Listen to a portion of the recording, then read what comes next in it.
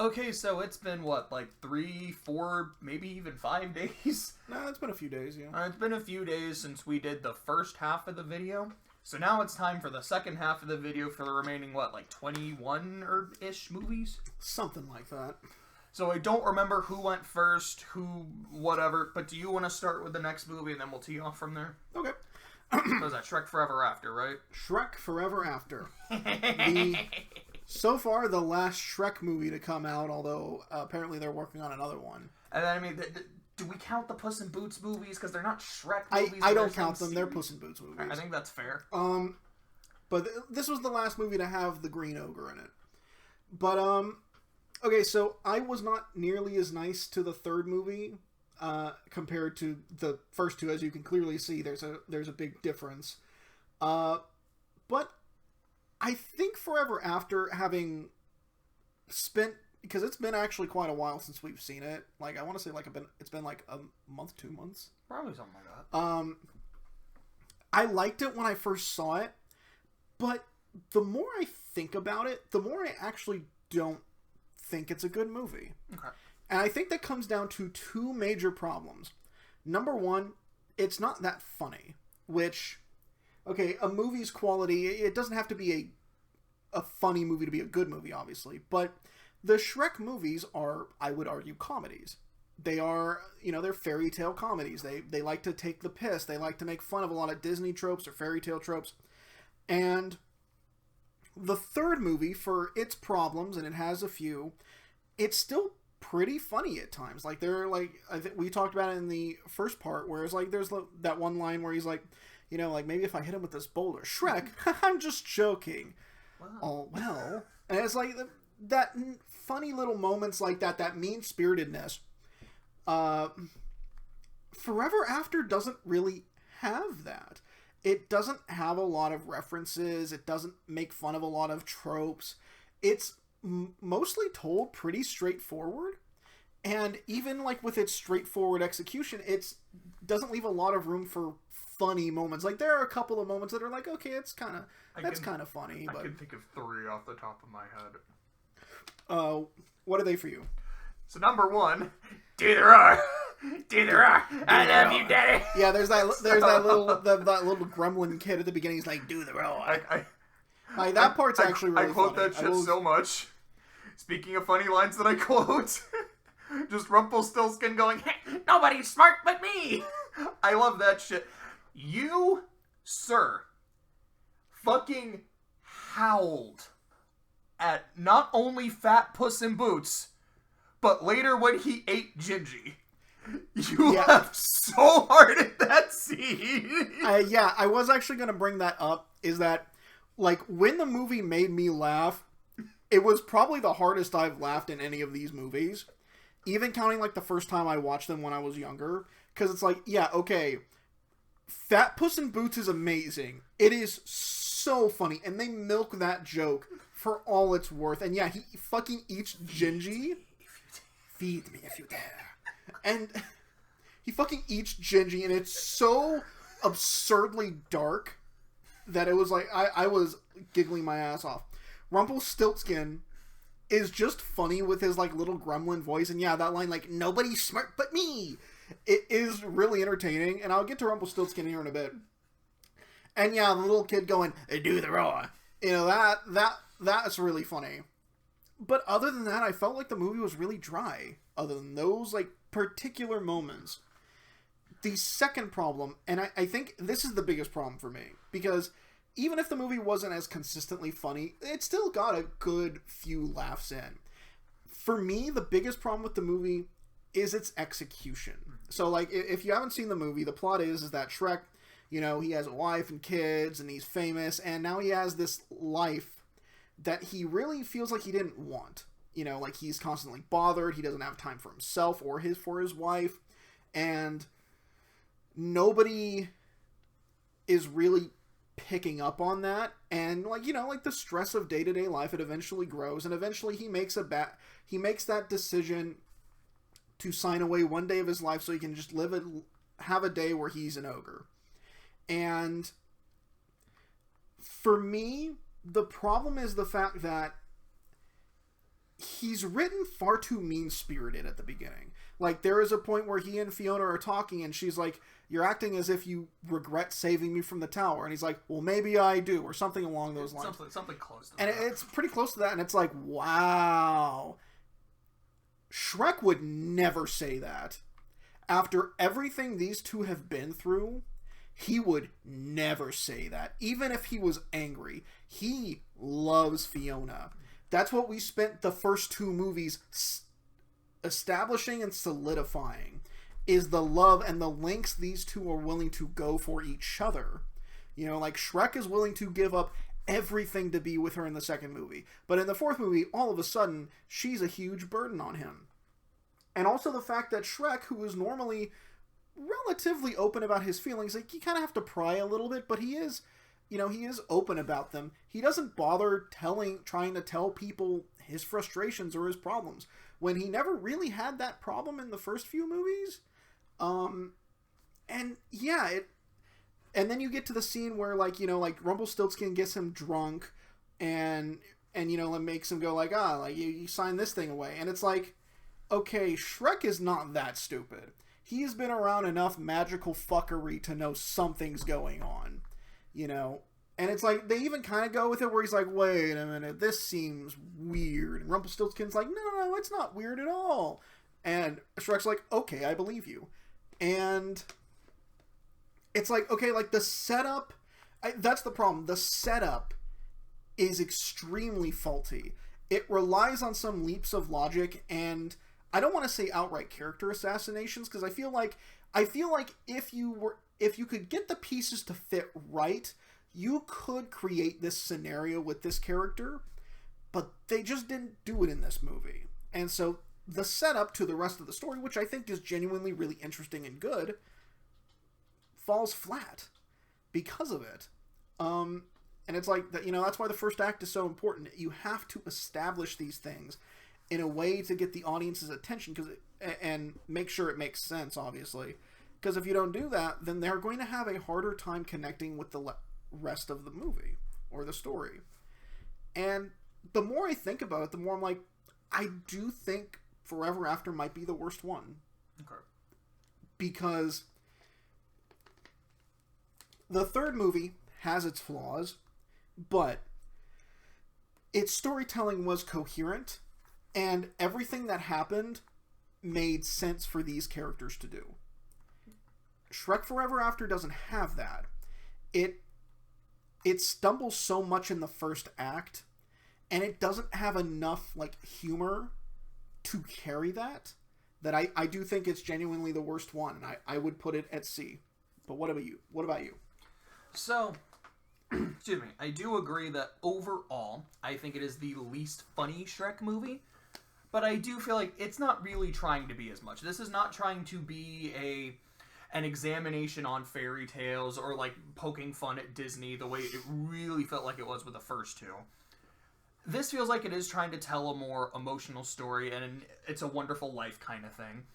And I do agree it stumbles really hard in the first half. I don't buy that Shrek would really think this. And on the one hand, I'm like, okay, Rumple got him drunk to do the thing, so I could believe that Shrek would be tricked while drunk. But at the same time, even while drunk, Shrek's like, like you were saying, like, whoa, wait a second. This doesn't make any sense. I don't buy this. And I almost kind of feel like the more Rumple is selling him on it, the more Shrek would go, no, this is making me more suspicious, even if he's drunk. Should I give it some kind of leeway? But then my brain also goes, if he's drunk, this contract doesn't work, because he's not in a right frame of mind to truly consent.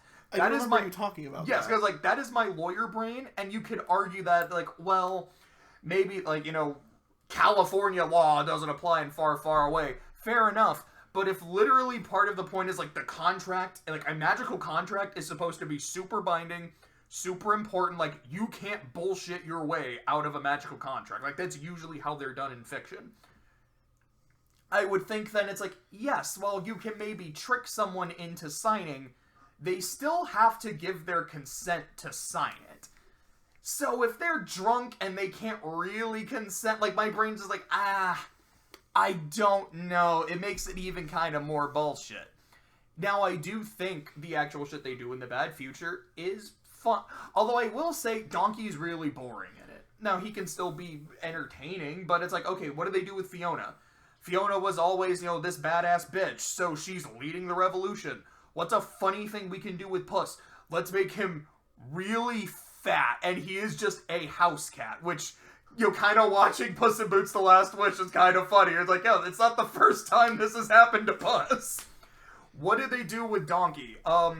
He's a donkey, and he pulls people, and he's their radio. Like, that seems actually kind of funny, but it's only but for, his personality's, like the same. Yeah, his personality is the same. That scene only lasts, like, a couple minutes, so they don't really do a lot with Donkey. I did remember another funny scene, though, when Pinocchio is trying to make a deal with Rumpelstiltskin, and then it, like, falls through at the last second. He's like, I was so close to becoming a real boy! I'm a real boy! Dang it. I've been a real boy the whole time! Ah! Sorry, now I'm just remembering Puss in Boots, too.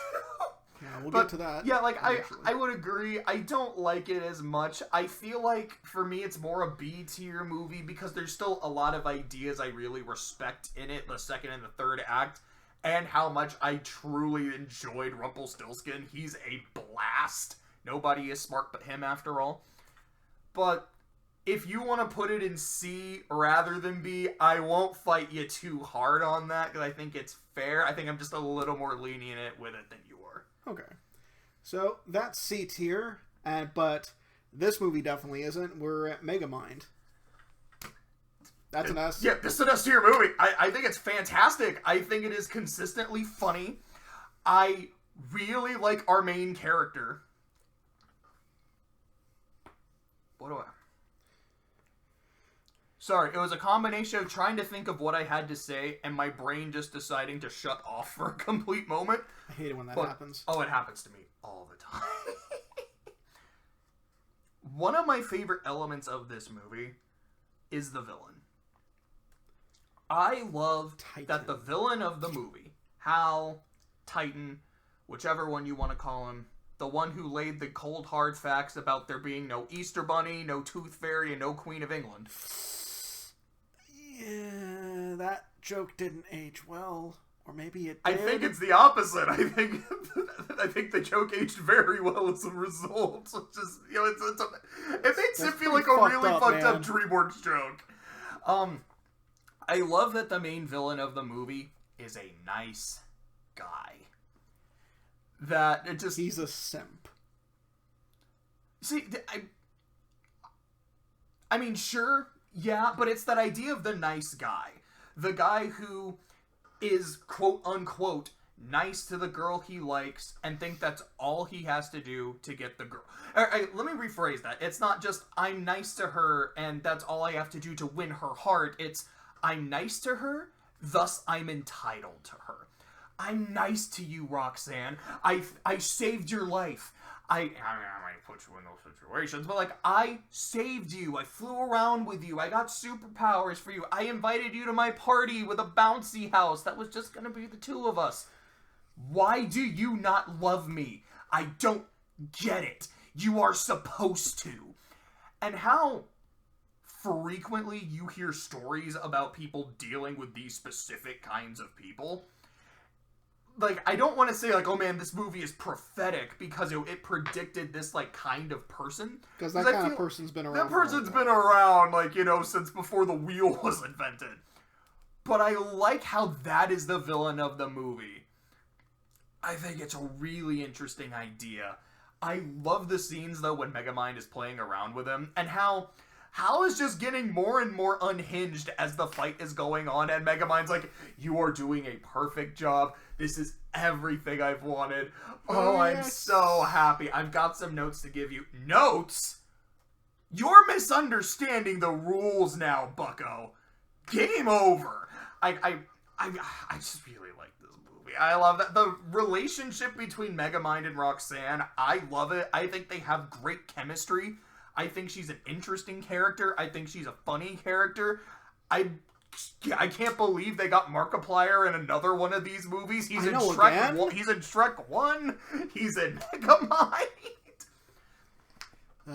Yeah, it is impressive that they got him And they didn't even make a character. It was just Markiplier, just flying around in that cape. He said he loved me too. He called me a random citizen, but he loves me too. He really does. It is impressive. Megamind is just good. It's one of those things where it's really difficult for me to really talk about how good it is, because it's just everything works. Every character works. The writing, the pacing, the animation is all just so top notch. For me, it also deserves being an S tier because it is what I feel is a perfect movie. There is not really a flaw that I can find with it.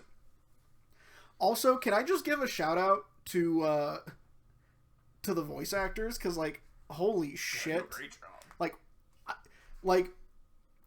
Will Ferrell has a very distinct voice, I find, and pretty much anything he's in, he does his Will Ferrell voice. He does his voice. Megamind, he really feels like he's trying to do something different, and there are a lot of times where it's oh, that's Will Ferrell, huh?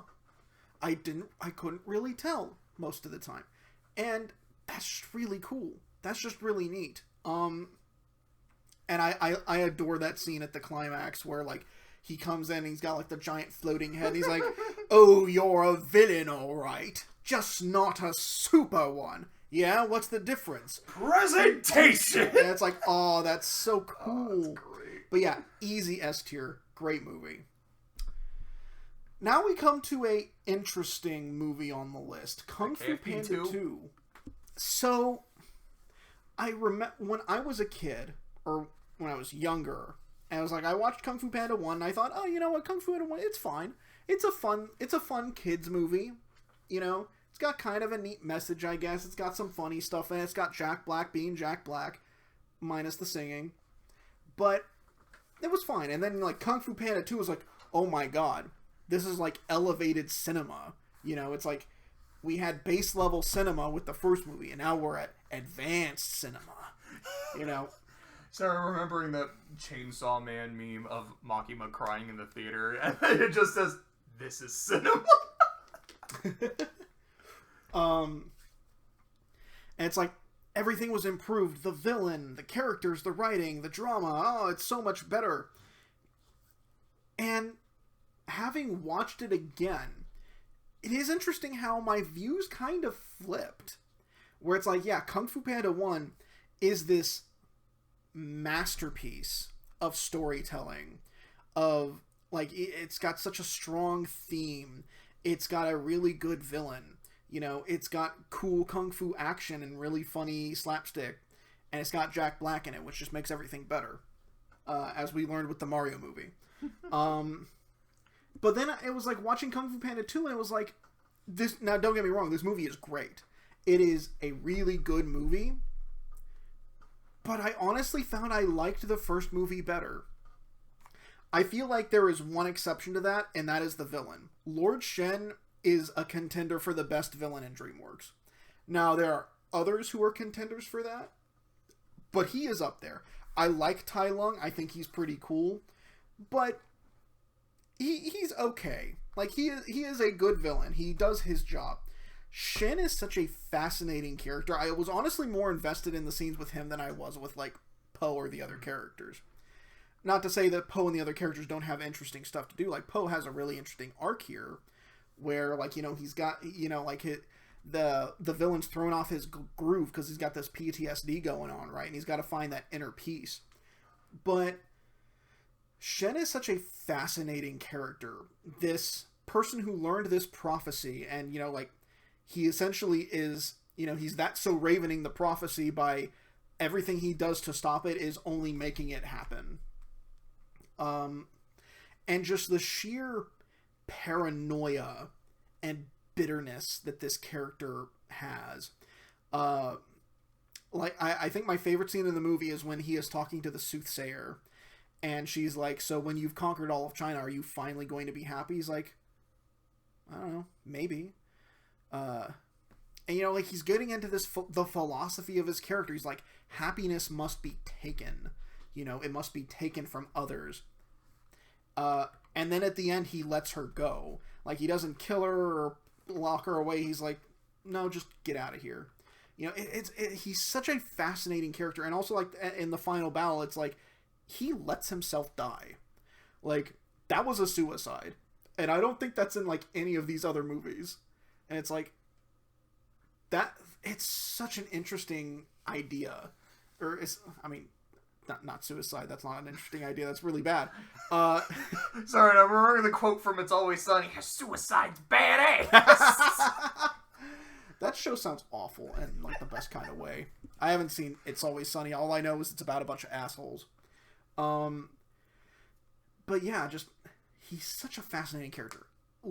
I love the movie, but I feel like it does have some problems with its pacing and its character writing. That it's not a perfect movie, but for me, it is an A-tier movie. What do you think? So something I had said to you after we had watched the movie, because this was the second time I'd seen Kung Fu Panda 2, and I guess also a note that we should bring up as well.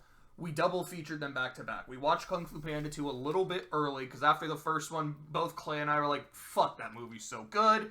We know the second one kicks ass. Do you want to just skip and watch it right now? Yeah, let's do it. And having watched them back to back, the thing that I really took away, Kung Fu Panda 1 is a martial arts movie, while Kung Fu Panda 2 was an action movie. To me, a martial arts film, while still about the fighting and the technique, is really all about the philosophy. In the first movie, there's a few different philosophies that you hear throughout it.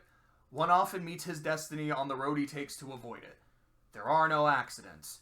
There is no secret ingredient. And then on top of that, there's also Poe's, journey of finding his own self-worth. And Shifu also realizing that, you can't fit a square peg in a round hole. If you want to teach somebody, you have to find the best way to teach them specifically and maximize their potential. Kung Fu Panda 2 does still have some philosophy. While it's not explicitly stated, again, with Shen's character, you do also get the sense of you find your destiny on the road you take to avoid it. There's also the inner peace. That is the big philosophy. And I feel like when it's handling that element, that's when it comes the closest to being more of a martial arts movie. But I just felt like there's a lot more action scenes in this movie than there are in the first one. Like, there's so many set pieces. And that's not a bad thing. I had a blast watching them. They were dope as hell. One of the things I fucking love about this movie, there is this whole giant scene about them breaking into the villain's place to destroy his super weapon. It's a fucking cannon. But to destroy his cannon. And as soon as they do, he flies off to a nearby building and reveals that, no, I have a factory. I've made hundreds of these. Congratulations, you broke one of them. I love shit like that. You're like, oh, the villain's not stupid. He's been planning for this a long time, and he has taken steps to make sure that he is successful. He has a bit of a body count.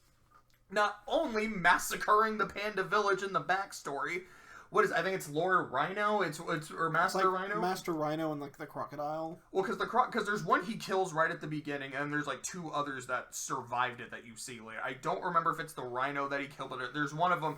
All right, it's like, I think it's Master Ox, and then Rhino and Croc are the ones that survived. Like, he kills one of them, he kills the wolf or coyote leader when he stops obeying him. Definitely tries to murk Poe. That scene when Poe is just deflecting all the shit and then just points at Shen, calling his shot, like, next one's coming to you, buddy. That is hype as hell. I love that. While I bless you, I do agree with you. I like Poe's arc of dealing with the ghost of his pasts, but still managing to find inner peace and still stay who he is. I am more invested in Shen's character. I love that Shen's prophecy is you will be defeated by a black and white warrior, and that warrior is himself. That is how I see it. Did Poe help with that? Yeah, because, Poe was just Uno reversing all the cannon fire and blew up all of Shen's shit. Shen was also the one that ordered everyone to keep firing. He saw that his plan was not working and stubbornly refused to change. Shen was the one who destroyed that village, which led to Poe ended up being where he was and put in a position to defeat him. it was Shen that, like you said, did not move when that cannon fell on him and let himself die. He was the architect of his own demise, and I love that. I think Gary Oldman plays him to perfection. There are so many lines where I am laughing my ass off when this dude is trying to be funny, and then the moments where he's genuinely written to be threatening, I get that chill. Like, I love when, like, for example, the scene where he's like, all right, put it, like, right here. It looks perfect. A little more to the left. Now I will give my speech. No, back to the right. It just doesn't look right. Or another scene when he and Poe are just laughing at each other. He's like, this guy's fucking stupid. Why are we laughing? The only reason you're still alive is I find your stupidity mildly amusing. As he's just holding his spear up against Poe's throat. Also, his design is this albino peacock is so fucking cool. Whenever they're doing Poe's backstory and you've got this like watercolor looking animation, it looks amazing. The way Shen fights with his, as he's flying around and using his peacock feathers to like distract people as he's throwing knives and he's got a spear. Just, he probably has my favorite fighting style of any character in any of the Kung Fu Panda movies. I'm kind of torn on this. Like, I would still say I like the first movie more. There's the part of me that goes, I can maybe argue it's an S-tier movie, and the part that I can argue that it's my favorite is just that it's such a fucking good action movie. I think it's amazing. But if I'm being 100% honest, I can't put it above the first movie. And I think the first movie is like, can I put it in the same league as the first movie like I can with Shrek and Shrek 2? I don't think so. It's right below it. I would agree, for me it's an A-tier movie, but like it's a step just below the first Kung Fu Panda, but fuck, I do love... I mean, maybe I can't argue that's an S-tier, but like specifically because of Shen, like I think I can say it's my favorite movie because it has the best villain. But I think you and I could agree that it's a bit more unbalanced than the first movie. No, 100%. Because I don't remember the specific moments, but I do remember while watching it the second time going, oh, we're already here? The pacing is kind of a little off at times. But yeah. But it's still great. Oh, what's the next movie? Oh, is that Puss in Boots 1? It's Puss in Boots 1. Fear me if you dare. It's fine. It's perfectly like, okay. I really have nothing else to say about it. Like like this, like the fight with Kitty when they're having a dance off and then they do that shit where they're like dancing on each other's boots. Like that's a lot of fun. The scene with Humpty when he was there the whole time, I think is really funny. Oh, I was laughing my ass off in that scene. That was hysterical. And the problem is, I've seen Puss in Boots 2, like, thrice already, and I look at that movie and how, like, fucking godly it is, and, like, there's so many things in Puss in Boots 2 where, like, I can rewatch and be like, oh, I didn't notice that, or, like, that thing there is so clever, oh my god, that's incredible. And this one's, it's fine. It's a serviceable little adventure movie about Puss in Boots, and I like the backstory with him and Humpty. Like, yeah, Puss started becoming a better person and Humpty just didn't, and how that affected their friendship and their brotherhood. I think there's good stuff here, but I think for me, it is just kind of a C-tier movie. Like, it's fine. Like, if I watched it again, sure, but am I like, this is a movie that I really like? No. Is this a movie where I'm like, I really respect it? No. I'm not like I disrespect it. I'm just like, it's fine. I don't think it's a C-tier movie because I think there's enough elements there that elevate it from mediocrity. Because I think that's what C-tier is to me, is this is such a mid movie, or it has some good ideas, but it is held back by several flaws. Like, for me, it's like, Shrek Forever After is like you said, the first act. Like, that is the major flaw. That is the major flaw of the movie that holds it back from being good. But I think Puss in Boots it's good. It's not a great movie. But I do think the relationship between Puss and Humpty is actually kind of fascinating. The fact that this was it was a heist that was a setup to screw over Puss, I think that's really interesting. I think it's at least a B tier. Okay, I can accept that. I can accept this. Who's next? Is that Mad 3? Yeah, the only good one. Yeah, Madagascar 3 is the only good one. Now, I know we put Madagascar 1 and 2 in C tier, but like I said, they're mid. I think you call them Madagascar. I do call them Madagascar. It's not especially clever, but I feel it's kind of apt. I mean, neither are the movies. And yeah, it's like the first two movies are so aggressively okay. It's like there's a couple of times where it might be kind of funny or have some interesting jokes or character stuff, but it's let down by just the overall mediocrity. Then we get this movie, which has no right being as good as it is. Now, it's not like an S-tier movie or anything like that, but it improves on basically everything that the first two movies were doing. I think there are better characterizations. Now, not every character is good in this movie. I think, like, Gloria and Melman have, like, nothing in this movie. Even less than the first two. The Chris Rock zebra, I don't remember his name. Marty. Okay, Marty. He gets, like, a couple things, but it's mostly the Afro circus annoying bullshit. And then you have Alex, who actually has, like, a character in this, like, in the first two movies. It's like, it feels less... That's the thing with Madagascar, is it feels less like a comedy with four friends who have equal screen time and more of, this is the story of Alex the Lion and his three goons. Mm-hmm. You know? Which really does make the first half of Madagascar 1, where it's about Marty, even more bizarre in hindsight. It really does. But it's like, okay, so they have to go... They're trying to get back to New York... and they have to go on this, like, world tour on this circus. And, yeah, when they're actually doing the circus stuff, it's like, holy shit, there's this creativity and there's vibrancy that you just didn't see in the first two movies, and you honestly don't see in a lot of DreamWorks productions. And, not to say that, like, some of the really good movies don't have good art styles, but it's like, there's this really impressive, like, color scheme when they're doing circus performances. The way it just pops, it makes you feel like you're at the circus, like you're watching this spectacle. I think the circus characters are actually pretty okay. I liked the Russian tiger voiced by Bryan Cranston. There was like the female puma or whatever, or she was like a leopard or something. She was some kind of cat. She was a cat. She was kind of cool. The Steve Martin. Was it Steve Martin or Steve? It was Martin Short. Martin Short, okay. The Martin Short seal was surprisingly not irritating. I surprisingly did not want to chop my ears off. But then you have the villain. She is also in contention for being one of the best DreamWorks villains. Not because she's particularly interesting or deep like, say, Lord Shen or something, but due to the sheer... energy and just the comedy of this character. And that's the thing. She's not even that funny. Like, the things she says aren't usually that funny. It is just the way she is animated. What was it, LeBlanc or... I don't remember what her name was. I think it was Le something because, you know, French. But Le Frog. Le Frog. Okay, this is actually bothering me. I'm going to look it up real quick. Here, you keep talking. I will look it up. Okay.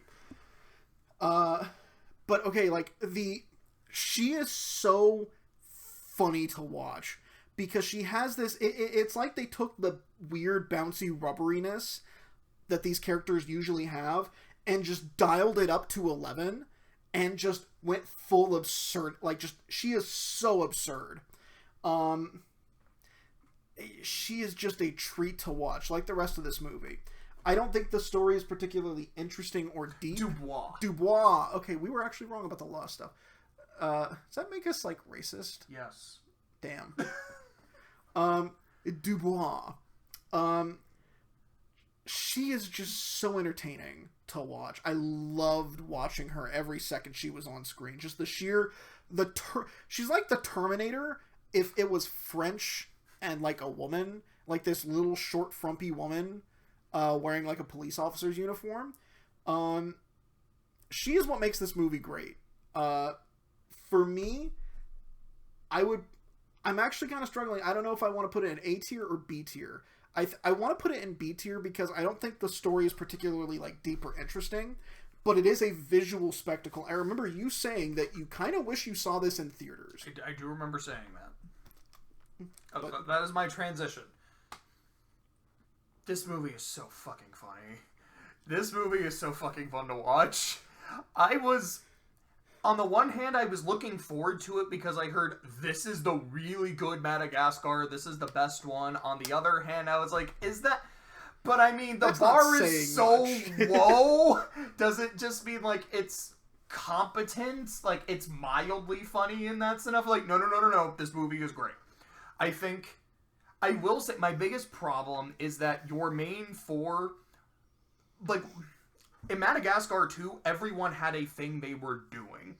I think some, like Marty's, were way more interesting than the others, but everyone had something to do. This is, Gloria and Melman don't really do much. Marty just has his circus afro, da-da-da-da-da-da, and I hated it. Every time they focused on it and tried to make it a thing, I wanted to rip my eyes out and then use them to plug my ears so I didn't have to look at it or listen to it. When they started playing it in the credits and mixed it with Move It, Move It, all I could think of was, Clay, please stop this, Clay, please stop this, and without me having to vocalize anything, you did, because I know you hated it too. It sucked. You know what? I completely forgot the best joke in this movie. I know exactly what you're talking about. Okay, so we talked about the first two movies, how we fucking hated King Julian, right? There is this scene where it looks like King Julian died, and you just see like his like second in command just get this wide grin, and then as soon as like King Julian shows he's not okay, you just see like all the life exit this guy, and I'm like, that's me! That is the audience right now! I've wanted to see this fucking guy dead for two movies now. I remember when we saw Maurice's reaction, we paused it and just laughed for like 2 minutes straight. And we both agreed, this is the best joke in any Madagascar movie. I think I said, like, this might be just the best joke in any DreamWorks movie. I don't know if I would quite give it that title, but to me, it's gotta be up there. It was impeccable. I think King Julian is actually funny in this movie. His relationship with the bear, I'm actually laughing. I feel like they gave you something funny to do. I think it helps that for a lot of it, he's not talking. And so he can just do funny shit without me listening to the annoying voice. I think, I think 3 of your main 4 characters don't really do much. Alex gets to do shit and he's fine. I like him. I like our circus performers. I don't remember the name of the Ruski tiger, but I love that one line from Chipper. Skipper, that's it. When he's like, I never thought I'd say this on American soil, but the Ruski's right. Like, that to me is the best line the Penguins have in the movie. I don't think the Penguins are that funny in this movie. I don't think they're unfunny, but it was just like, a lot of their lines just weren't clicking, but I thought it was fine. That one got a laugh out of me, but I did like the tiger's backstory, and yeah, you never actually see him go through the hoop, which I think is also funny. It's just like, yeah, he just fucking does it. He just bends time and space. I guess he has a stand, and we just never see it. It's Eye of the Tiger. I really appreciate it. But I liked that. There was one joke from Stefano the Seal that I remember. From Stefano! Where, I don't remember what the setup is, but I think he says that he has average intelligence, and Alex at one point is like, maybe above average intelligence now. No, I'm still average. I liked that. Dubois is so funny. Just everything she does, the way she moves, they throw a go-go gadget oil slick at her when she's on the scooter, so she seamlessly puts her scooter above her head and just starts surfing on the fucking oil.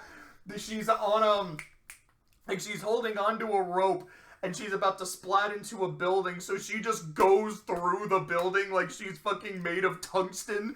It's incredible. The weakest part of the movie to me, aside from that shark dash afro, because I hated that, is wait, you guys mean you're not actually from the circus? Oh shit, now we have to have a third act breakup. And it's not very strong to me. It just kind of came out of nowhere. I was like, okay, I guess you're leaving over this. But what I like about it is how it does lead to the 4 going back to the zoo.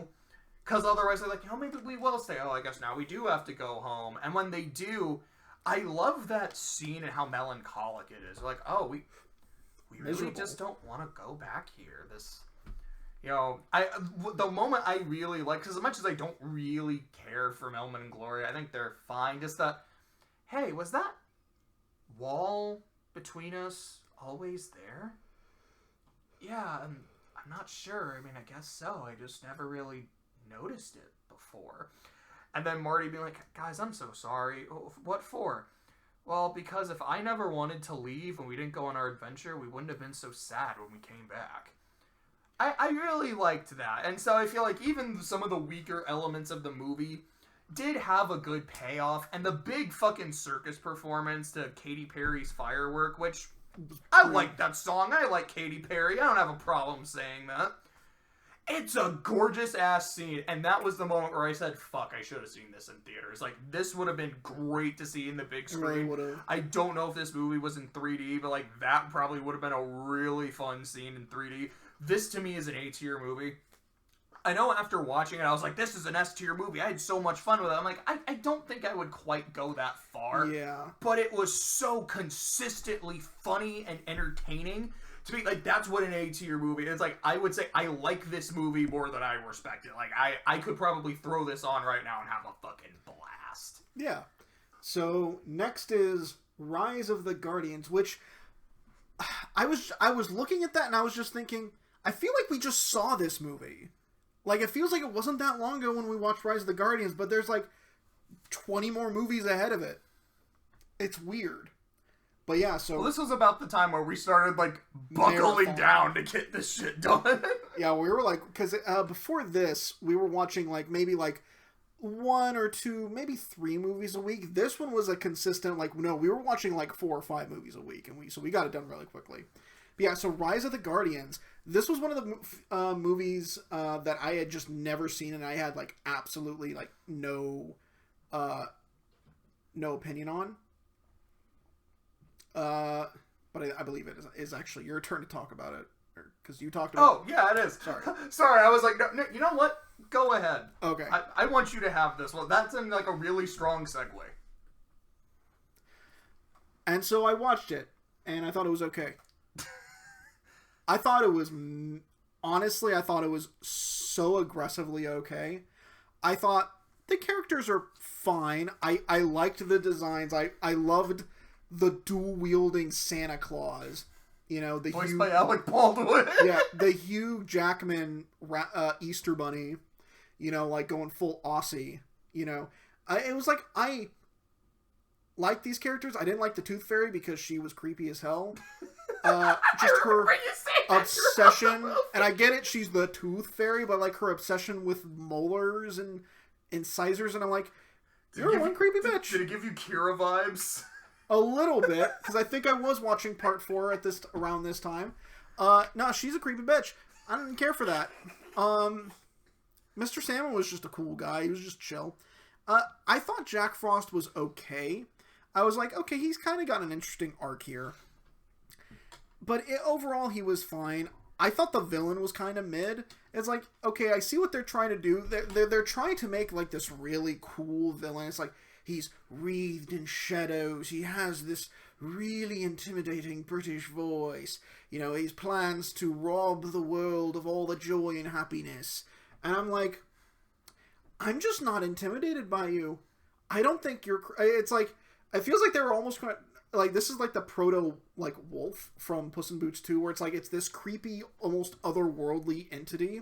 But while the wolf is scary as shit and a badass motherfucker, this guy's like, I'm not intimidated by you. Mostly because the characters aren't intimidated by you usually. It's like, they're like, no. In a direct confrontation, they're kicking your ass. You have to kind of like sneak around and like slowly pick them off by one by taking out like their by like making kids stop believing them. Which, on the one hand, I kind of like... I do kind of like a villain who is the underdog and has to be really tricky and outsmart the heroes. Kind of like Imperfect Cell in Dragon Ball Z. Because it's like, oh yeah, Imperfect Cell's actually kind of weak. Like, there are several characters around on Earth who could kick his ass. Like, Piccolo kicked his ass. So he has to rely on trickery and deceit to get what he wants. And when he finally does have the power, when he finally gets what he wants, he can overcome the heroes. Same shit with Super Boo. Same thing with Super Boo, where it's like, and even then, Super Boo was so absurdly powerful, but what I liked about Super Boo is that he is insanely powerful. He's not stupid about it, because he knows how this works. He knows there's a bigger fish. And I do like how he does pretend to be just as retarded as the Fat Boo is, while being super clever about it. It's like, I know you don't like the Boo arc, but Super Boo's really good. It's so long, but if I rewatched it, I feel like I would have a better appreciation for it. And I feel like Super Boo would probably be my favorite part of it. But we're getting off track. But it's like... It's not one of my videos unless we go on a tangent. Yeah. Honestly, this was my tangent, but... I have rubbed off on you. Yeah. But it's like... with this guy, it's like... I don't respect the planning. I don't respect the villain. Because it's like, at least with Imperfect Cell, it's like, he's so creepy and he's so cool, and you kind of just enjoy how devious he is.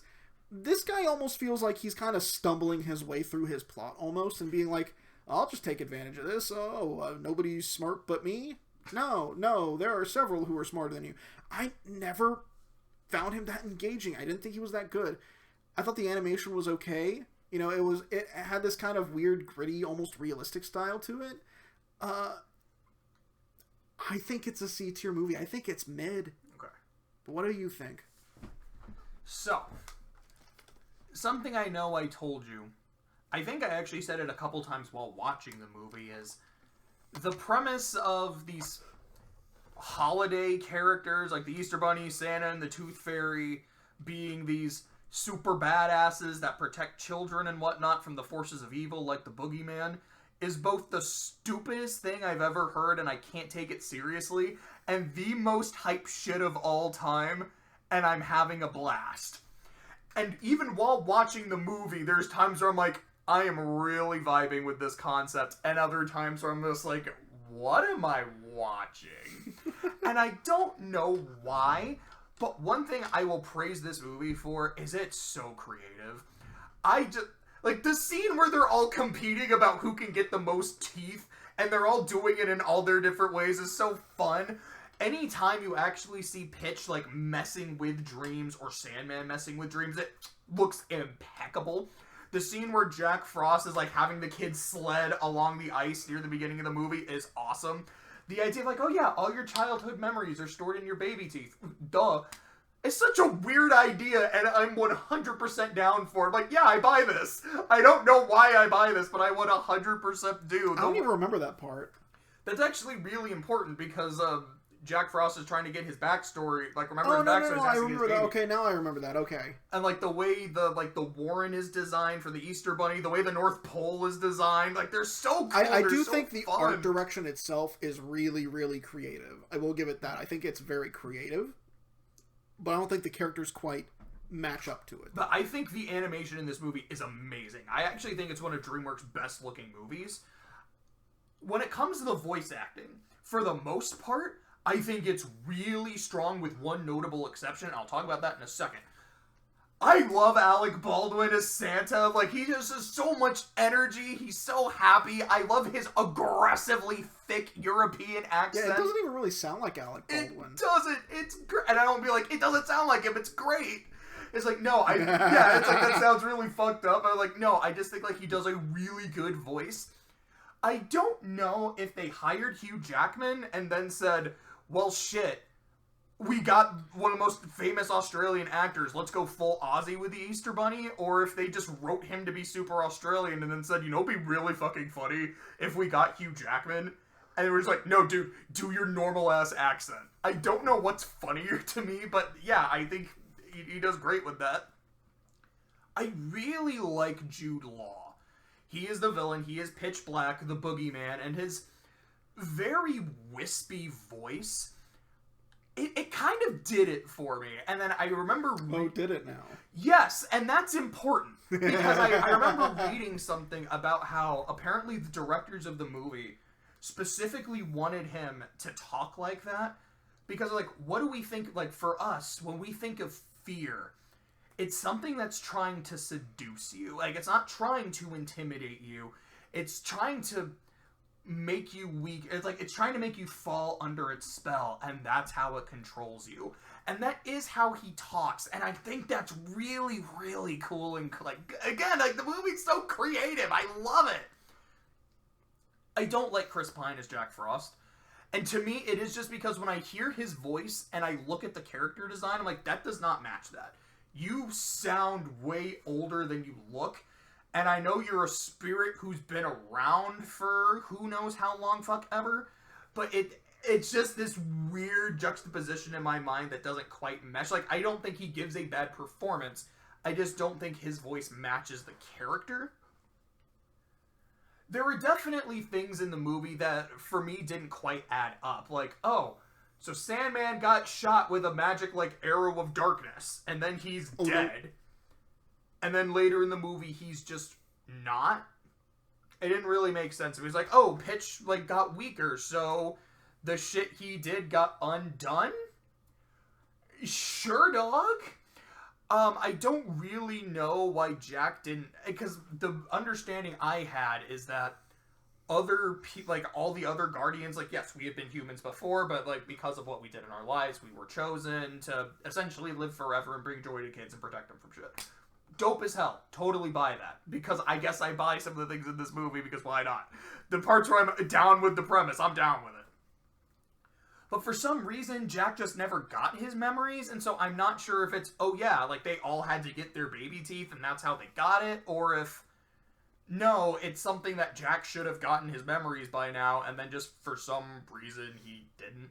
I think watching it, there were a couple other things that didn't quite sit with me, and like, this doesn't super make sense. I actually like his backstory quite a bit. I think it's interesting. It's heartbreaking. To me, you say for you, like, this is an aggressively C-tier movie. For me, it's an aggressively B-tier movie.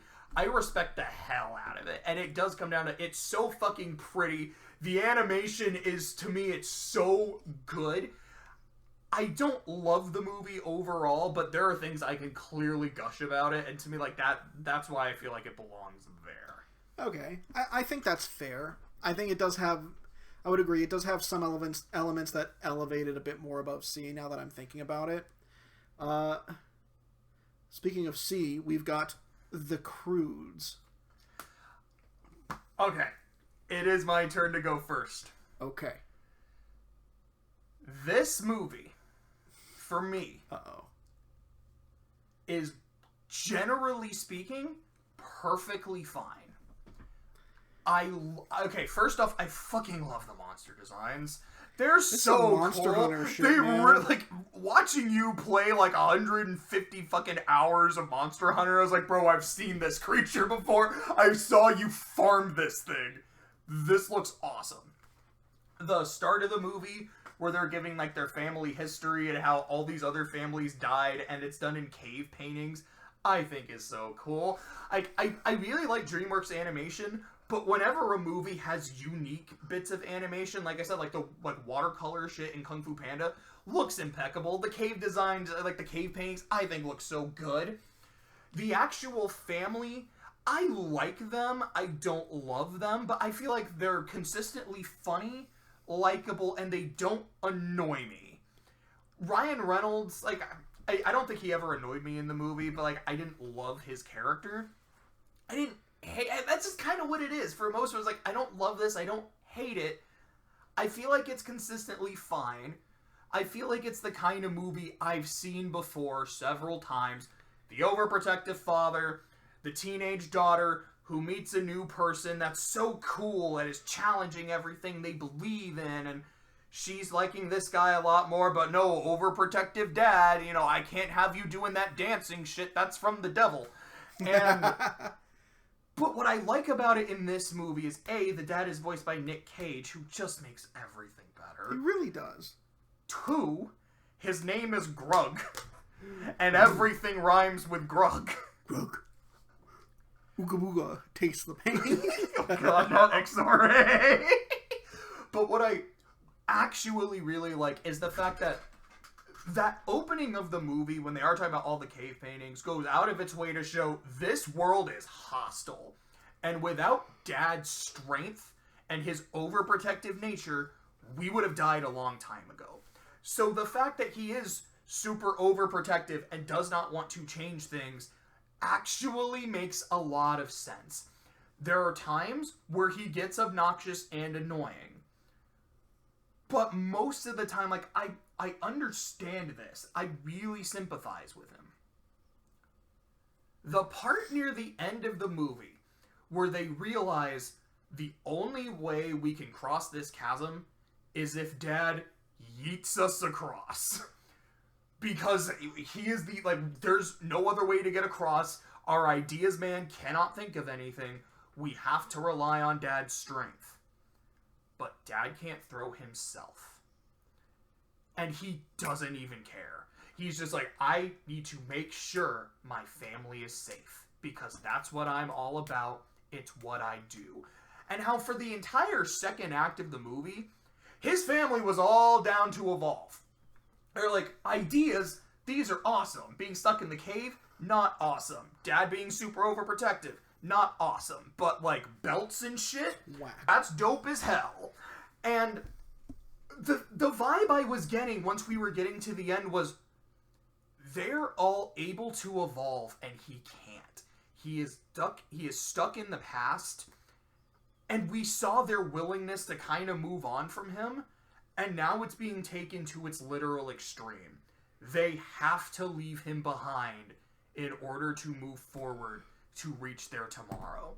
And those few minutes when he is by himself, all I could think of was, if this is how the movie ends, this just became an S-tier movie. This is such a fascinating ending. It is an unexpectedly tragic ending for one of these movies, but it makes sense. Like, just from the thematic perspective of someone being unable to evolve and adapt, but still being that father who just wants his family to survive and will sacrifice everything for them. There's something beautiful about that. Like, holy shit. This movie went from fine to phenomenal. And then it kept going. Where he is able to adapt. He is able to get ideas. He can get back to his family. Yay. I'm like, I mean, am I happy for them? Yeah, but wow, this went from a god tier movie to it went back to C. Like, there's a part of me that goes like, that one section almost makes me want to put it in a B tier, but like, no, the fact that you didn't go through with that kind of takes away from the respect. And it's not like, man, the movie became ass because of that, but man, like, you had I see greatness in you, Jim Hawkins. And then you just reverted back to mid. Yeah, it's a mid. It's pretty mid. It's a C tier movie for me. C for Croods. Am I right, guys? I think for me, you pretty much nailed it on the head. Where it's like, it is a fine movie. It is a kids movie. It is something that, you know, if my kids were bored, you know, and I for some reason didn't have better movies to show them, I guess I could throw this on. I wouldn't feel too bad about it, I guess. And that's really all I have to say about it, honestly. It just kind of left very little impact for me. Unlike the next movie, Turbo. The Ryan Reynolds double feature. The Ryan Reynolds double feature. It is kind of weird. We did not watch it as a double feature. We did not, yeah. And it's just, yeah, it's kind of funny how that worked out. We're about to enter what I like to call the pain zone, because there's a lot of pain. This is more than a slump, Josh. This is pain. Okay? Because like, I actually can't really see what the next few movies are. It's Turbo, okay. Peabody and Sherman, How to Train Your Dragon 2, Penguins, Home, and then Kung Fu Panda 3. But that's not part of the slump. No, that's when they got their shit back together. For a little bit. But it's just a shit movie. It's not particularly entertaining. It's not particularly funny. The characters aren't that engaging.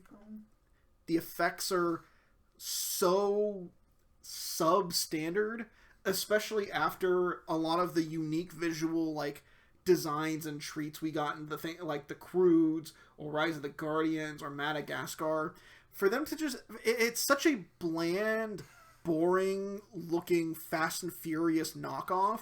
The thing is, I kind of like the Fast and Furious movies because of just the absurd racing shit, car shenanigans they get into. Here, it's just this is the typical underdog story that every fucking underdog story has ever done with nothing interesting in it. The villain is exactly who you think it's going to be. The characters are all exactly who you think they're going to be. And it goes exactly how you think it's going to go. It is such a paint-by-numbers, average, cookie-cutter, factory-sealed piece of shit. F-tier movie. It's F. I'm sorry, like, the more I'm talking about it, the more I'm actually getting kind of upset. Where it's like, look at this list. Look at this list. Look at the quality here. We've got 6 S-tier movies so far. We got 4 A-tiers. We got 8. Sorry, I was gonna say, I was like, I don't know how to count. Is that 8? We got 8 B-tier movies, and then we got some mid movies. We got a couple of stinkers, and then you have this movie that is so fucking devoid of. You're charging that up. So fucking devoid of talent, of inspiration, and creativity. It is such a boring drudge of a movie. If I ever showed this to my kids, I would have to give them up for adoption because I am clearly not a good father. Now, it's not the worst movie on this list. We're going to get to that here in a bit. But it's a fucking F-tier movie. What do you think, Josh? I think this movie is Paul Giamatti, and it has Snoop Dogg, and it has Samuel L. Jackson, and I like those people. And it wasn't enough. It wasn't enough to save it, JJNW. So, as I said... That was weird. So, like, you don't call me by my nickname. But, am I in trouble? I'm about to be with my take, because I don't think it's an F-tier movie. As I said at the start, to me, an F-tier movie is, for me, I actively just hate it. I actively dislike it. A D-tier movie is, it just didn't click with me. For me, this is more a D-tier. I think it's fine. Now, you're right. It is the most paint-by-the-numbers shit. In, like, 5 minutes into the movie, I'm like, oh, okay, this is what the rest of the movie is, and I was right. But it's like, yeah, if I showed this to a kid who had never seen this kind of movie before, seen an underdog story, seen, like, a sports movie, I think they'd have a good time. And they'd be like, oh, where's it gonna go? That guy's the bad guy? Whoa! And, like, yeah, I think that's fine. That's what it is. Like, this is... Most DreamWorks movies are family movies. This is a kid's movie. And as kids' movies go, I'm like, is there shit in this movie that I don't want my kids seeing? Nothing off the top of my head. There is a recurring joke where some of the snails just get, like, taken by birds. I'm like, this is some amphibious shit. This makes me happy. But...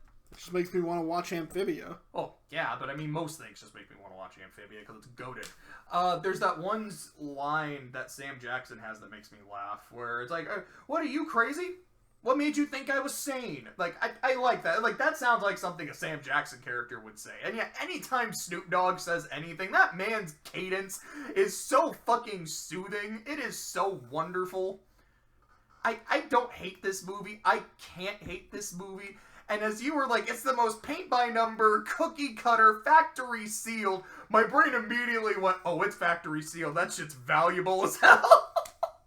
But, yeah, like, I think it's a D-tier movie. But if you feel that passionate, I will let you keep it at F. Like, I won't fight you on that. I think I'm more angry about how passionate I am about it. Like why really? Does this movie deserve my ire? Oh, hey, look, we're entering the pain zone again. It's time for Mr. Peabody and Sherman. Is it my turn? It's my turn. First. You go first. Hold on, I've got to charge my chakras first for this one. Let me know when you're done charging. Or can I talk while you're charging? Go ahead and talk while you're charging. I can talk while you're charging. To me, this is the first F-tier movie. To me, Spirit's a D-tier movie. That Turbo was a D-tier movie. I almost forgot what it was called because it is that much. Like, it doesn't really affect me that much. This was my first F-tier movie. I did not think it was funny. The movie sure thought it was funny, but I didn't. To me, puns, it's that kind of humor that I'm either in the mood for and I think it's great, or it's the most grating shit. I guess it was either the puns in this movie were just unfunny, or I was not in a mood for them. But they did not click. Mr. Peabody, he's the kind of protagonist I don't like. The just perfect character. They are you know when you start a new anime, yeah, and then it's usually will take place in a high school, and then it's like, there's the one girl, she's super smart, you know, she gets the best grades on all the tests, all the guys like her, she's super attractive, and she's also good at sports, and she's good at all the teams, and man, that girl will never notice me. Kenpachi Ramasama. He's so desirable, yet so flippant. But, like, whenever I hear, like, that specific monologue, my eyes just roll. I'm like, oh, let me guess. She's the most perfect thing ever, blah, blah, blah, blah, blah.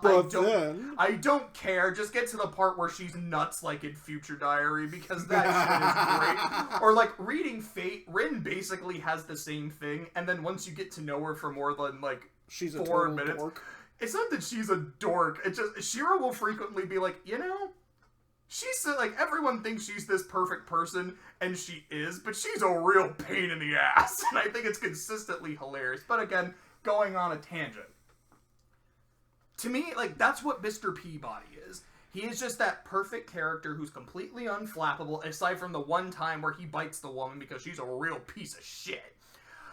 And I just don't get into that. I'm like, I don't feel like anything is a threat to you, so I'm not invested in anything that can happen. Sherman, he seems like a good kid, and then he keeps kind of being a really annoying kid, like, doing active... I don't have a problem with Sherman, I have a problem with Penny. Penny gets on my fucking nerves. Every now and then she had a line that was, like, kind of funny. But she, to me, was just so unlikable. Like, the scene where she's actively bullying Sherman in school. Like, that was uncomfortable. It was very uncomfortable. And, like, when it comes to mean-spirited humor, like, I love mean-spirited shit, but sometimes it just hits me in a way where I'm like, I didn't get into that. That was one of those that didn't get, like, the bullying in Chicken Little is so hilariously over the top that I can't take it seriously. Like, that scene where she fucking, like, shoots him with his underwear, and then he lands on, like, the fire alarm thing. Like, that's actually kind of funny. Here, like, it was the just part I remember is the fucking dodgeball scene. Or, like, popular versus unpopular. Oh, sir, like, I'm... Yes, unpopular. Yeah, I forgot he addresses him, and then he's like, sir, I have got my fucking asthma, I can't do this. Everyone hit the pig! Like, it's... The way it's written is fucking funny. The way that was written, it's just... disturbing. Mean. Like... I think because it felt realistic. Like, yeah, I could see a real piece of shit kid doing this to another kid. And no. Like, it's just unpleasant. Like, the, like, social worker lady is aggressively unpleasant. A lot of the situations they're in, like, with Da Vinci or with, like, the Trojan horse and shit, like, is this super funny? No, I'm not laughing at this comedy. I'm not invested in these characters. Like, you know, I'm supposed to think you're this really good dad, but you took your son to the French Revolution? You know what happens in the French Revolution, right? And how it's this incredibly volatile period where everyone is the Queen of Hearts? What are you doing? It's like, yeah, but, like, you know, I got my son out of there. It was no problem. You know, don't lose your head, eh, Sherman? I don't get it. No! You took your kid to the French Revolution, you fucking psycho! What's next? You gonna take him on a cruise on the fucking Titanic, you piece of shit? You know, that wouldn't have surprised me. Like, that would have gotten real dark. Like, it just did not click. It goes beyond, it didn't click with me. It was, I found it actively unfunny. I found it actively unlikable. When I was done with it, I thought to myself, is this a bottom of the fucking barrel movie? Now, we're going to put all the movies in F tier before we give our determination of what is the bottom of the fucking barrel. Clay and I both know what it is, but I feel like we should at least talk them out. But for me, this was the first movie to actually make me consider it. It's F. But it is your turn. F. You have charged your chakras. F. Now, here's the thing. Spirit has a problem. It's a big fucking problem. If you remove that problem, it goes up a couple steps. It is salvageable. Turbo is so aggressively uncreative that it's almost an insult to animation. Mr. Peabody and Sherman is an insult to comedy, to writing, to pacing, to a lot of things, really. This movie's fucking garbage. And here's the thing. Okay, you know what? I want to rescind something.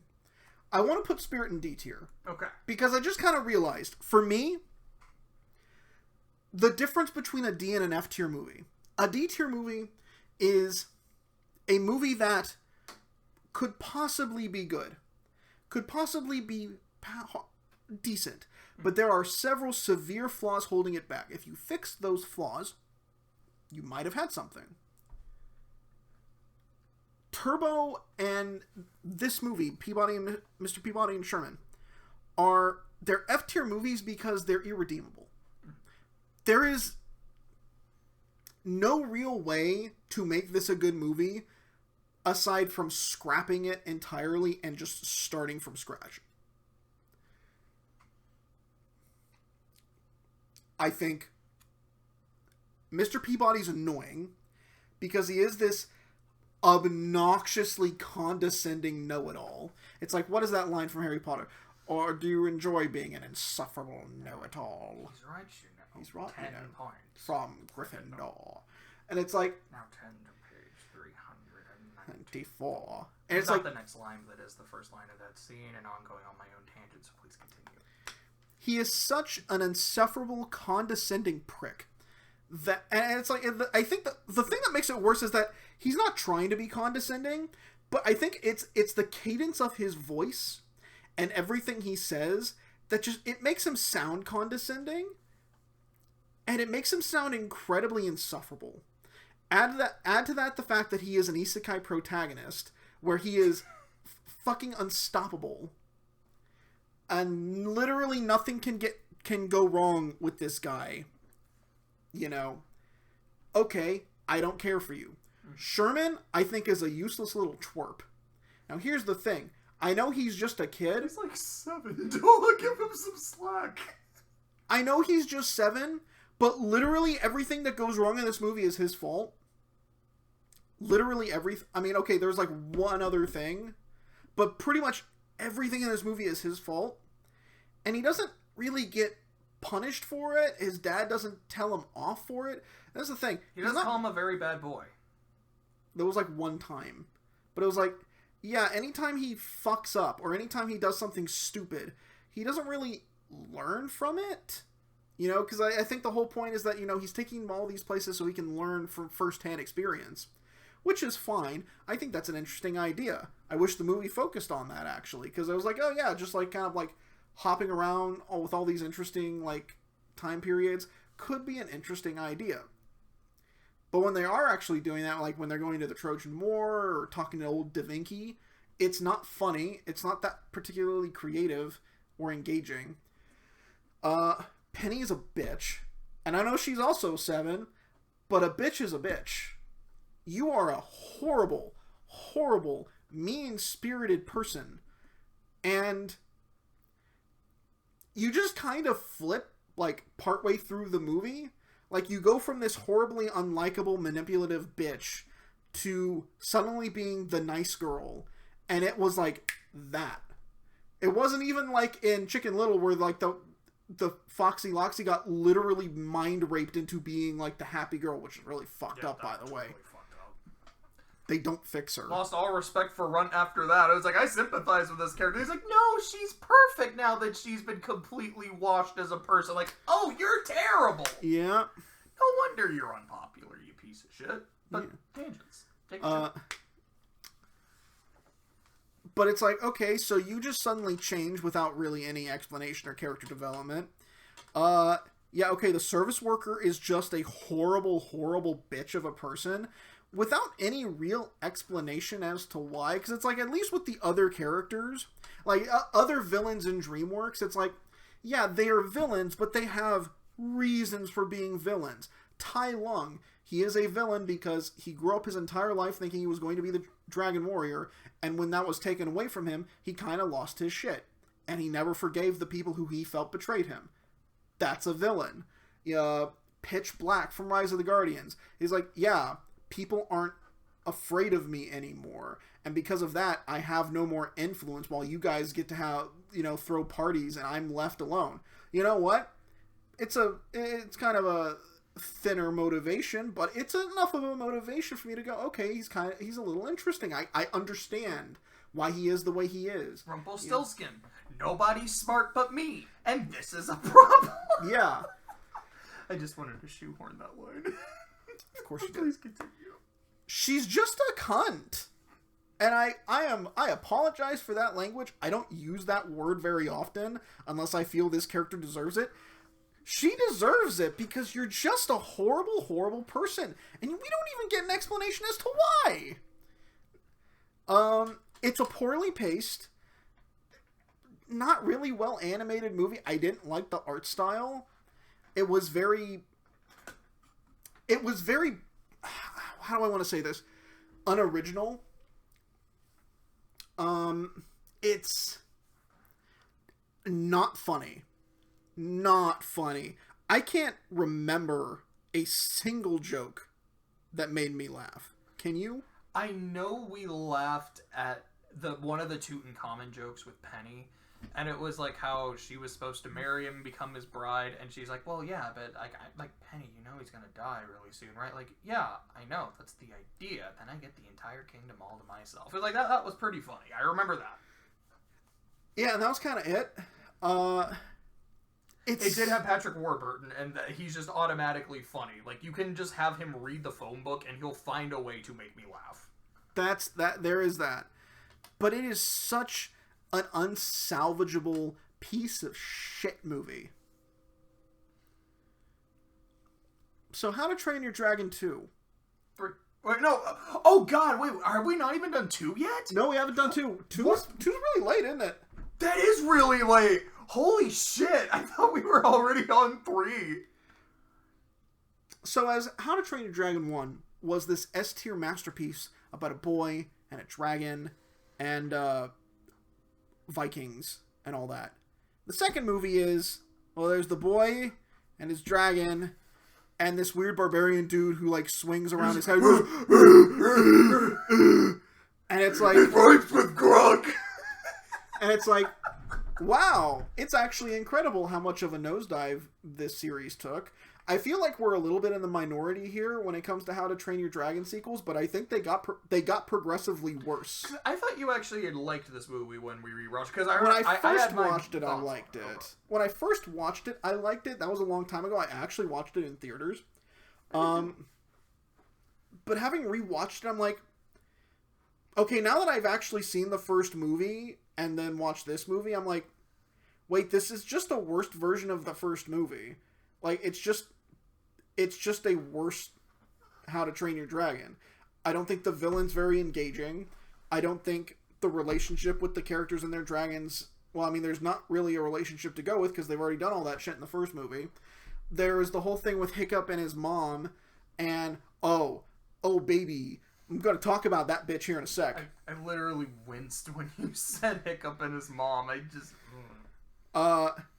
Hiccup and his dad, which is actually a really good relationship, and I like these guys. I like these two.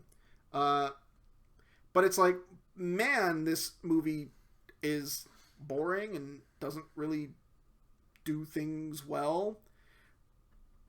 So let's talk about Hiccup's mom. This bitch. I'm gonna stop using that word. You're using that word a lot. I'm starting to turn into Freddy Krueger over here. I'm going to stop using that word. I'm going to try and be a bit more creative. This horrible mother abandons her family for like a decade. It was like 10 years, right? Something like that. It was like 10, 15 years. For like 10, 15 years. Now, she was originally like their initial separation was an accident, and then she got like shanghaied into the hidden world or whatever it is in this, like, or wherever they go. I think, well, no, the third movie's the hidden world. Yeah. But the second movie is like, here's like this like dragon dinner or whatever. She could have gone home at any time after she got her bearings.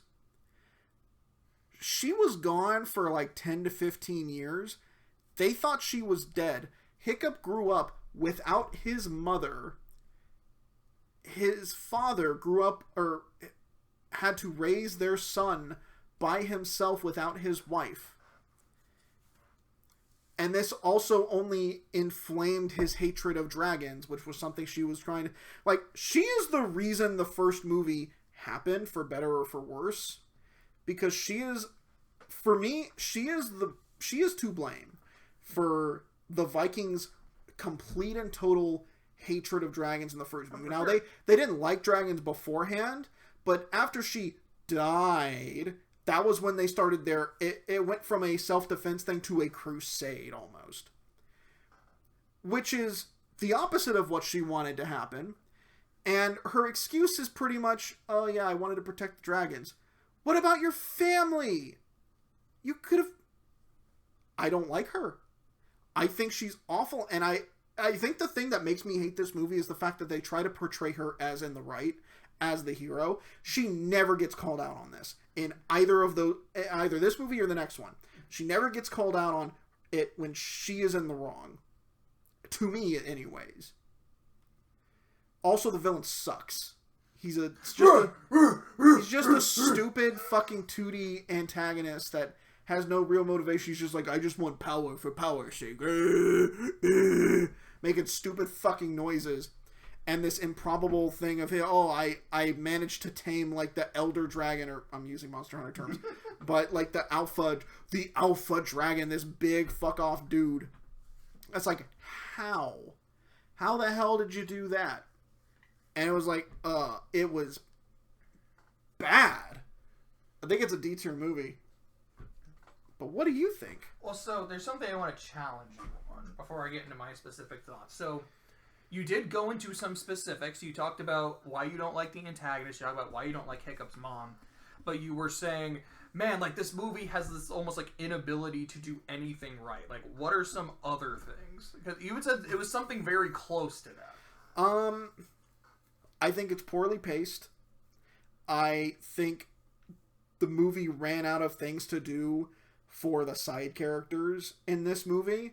Now, the side characters in the first movie... didn't have a ton to do, but they were still comic relief. They still had some unique character quirks. And, like, they help out in the end. But the second movie, they ran out of things for them to do, which is going to make the third movie even worse, spoiler alert. I think the villain is awful. It can't even write a good villain. Hiccup doesn't really do much in this movie. I don't find him particularly engaging. Like, I found him engaging in the first movie. I thought his relationship with Toothless it was the focal point of the first movie, and that was really interesting. Here, there wasn't really that to go on. It was like, for me, the problem with How to Train Your Dragon as a whole is the fact that the first movie did everything it needed to do, and they didn't really need to expound upon it. And when they tried to, I don't know if they quite realized that we didn't have a lot to actually expand upon. We certainly didn't have enough to expand 3 movies worth. Or if we did, we just didn't do it very well. But going back to you. So,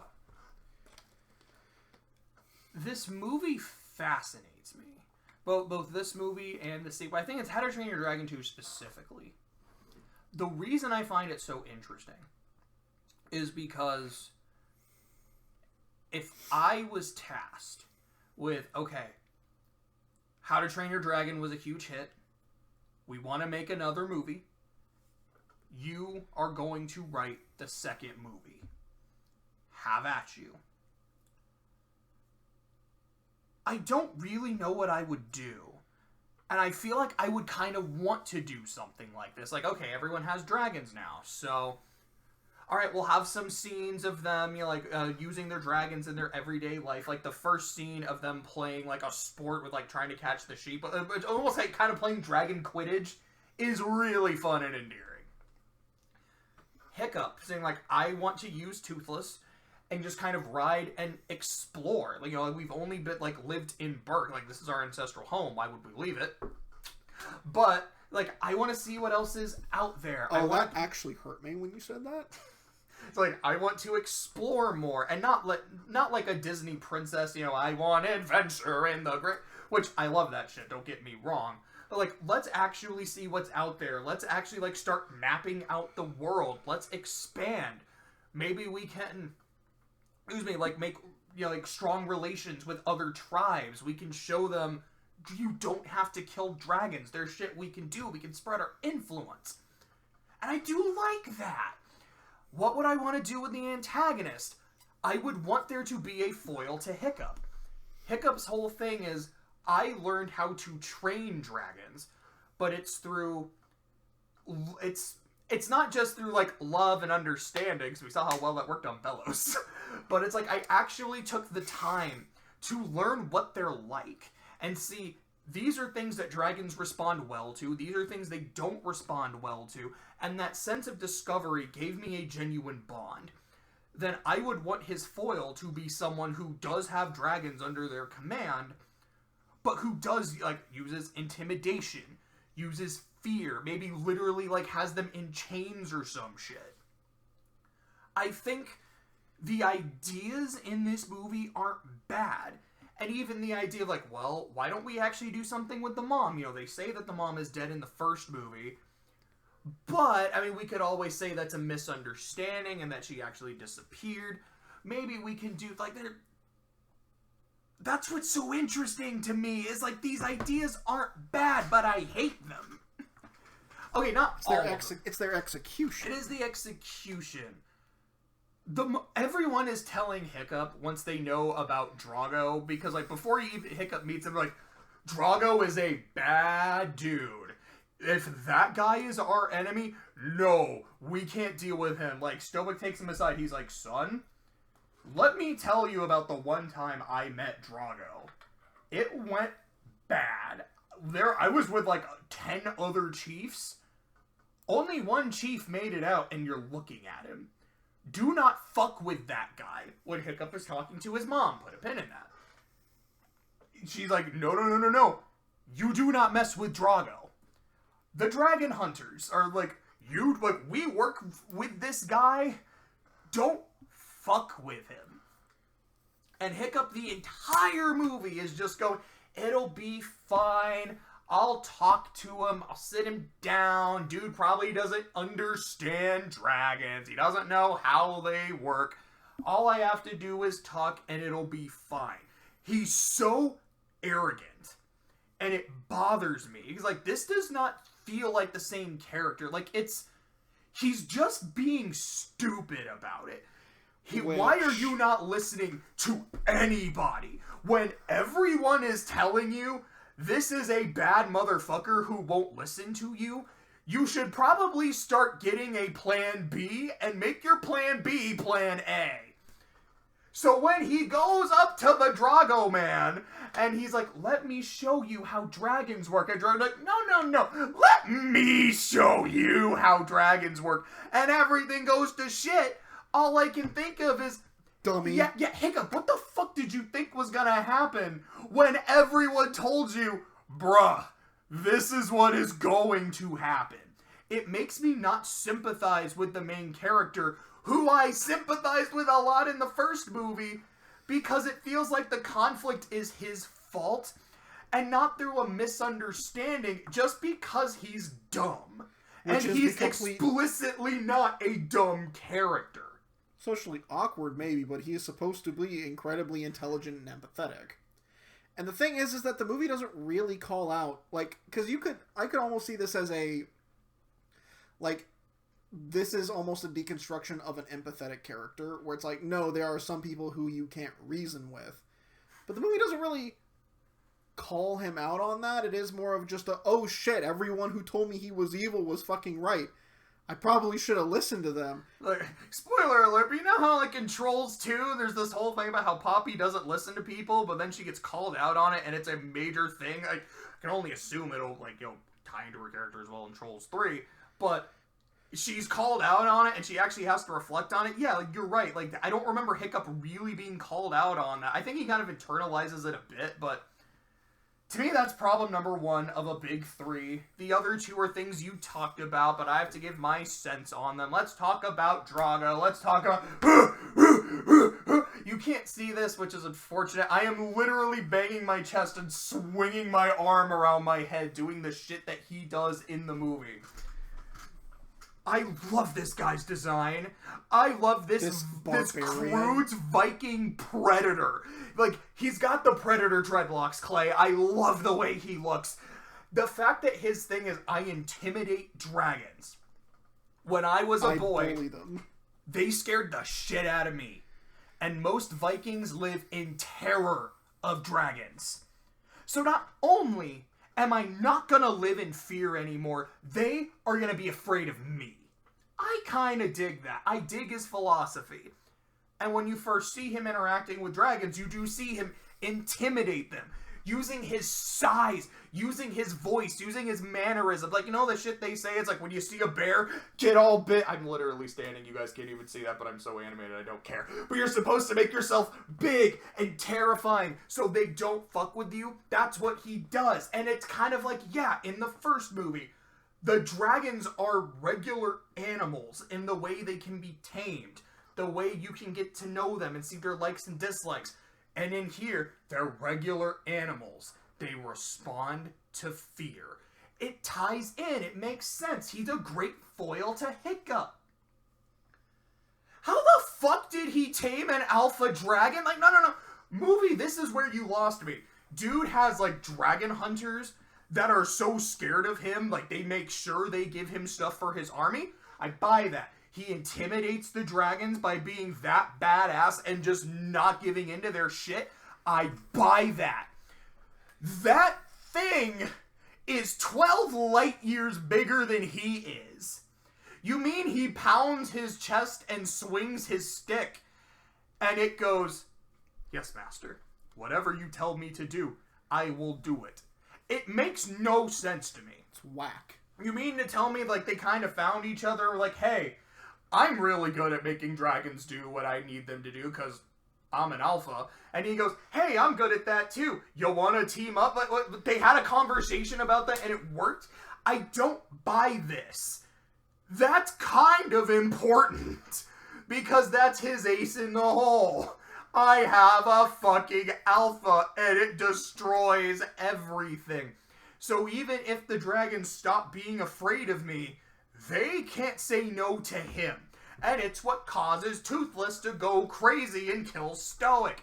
Because he couldn't resist the alpha.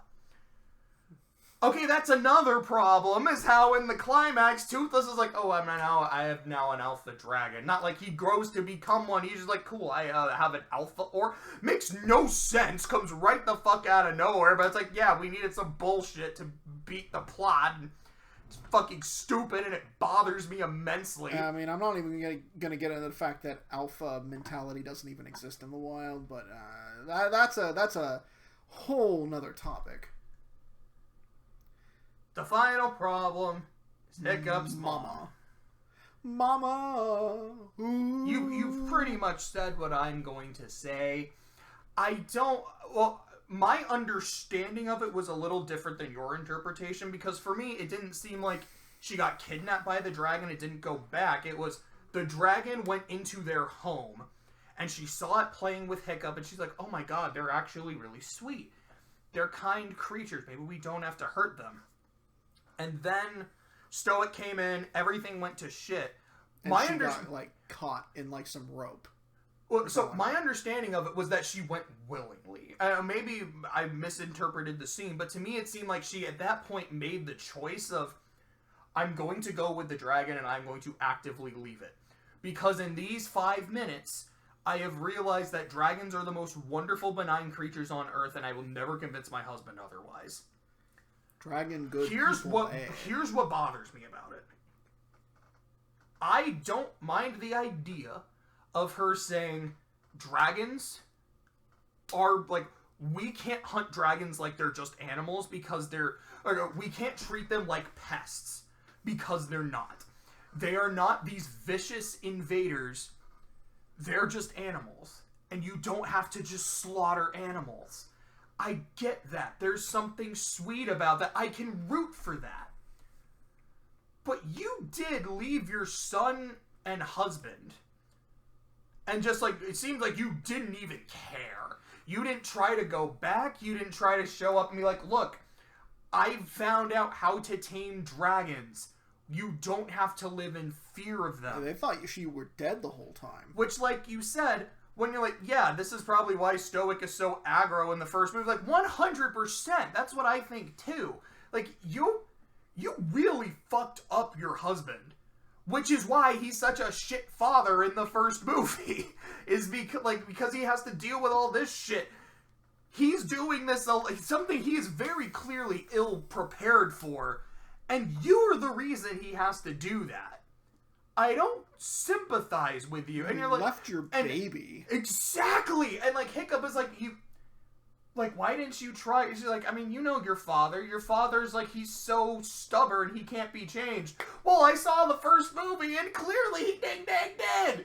So you didn't even If anything, try. you made it worse. Like, oh my gosh, I feel no sympathy for you. Now, the scene when Stoic is reunited with her and he sees her and he's just quiet and he's so happy just seeing her takes his breath away. It's kind of fucking beautiful, but this bitch don't deserve it. Sorry, I didn't mean to say that again. I don't think she does. I really, really actively dislike this movie. And the more I'm talking about it, the more I don't like it. I think I have to give it an F. I didn't want to, but I think I have to. I'm sorry, damn. but yeah. What's the next movie? Penguins.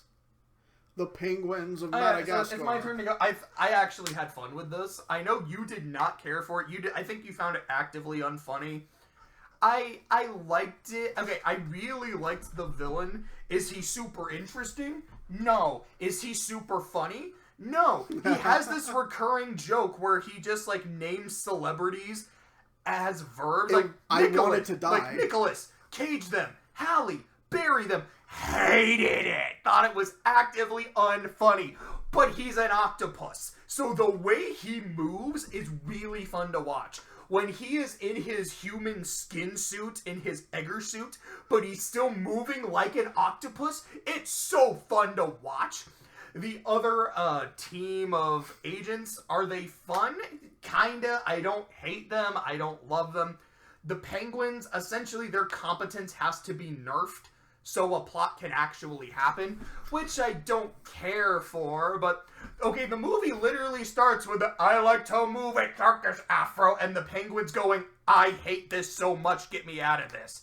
Actually, no, the first scene is them as, like, little baby penguins, and I thought that scene was a lot of fun.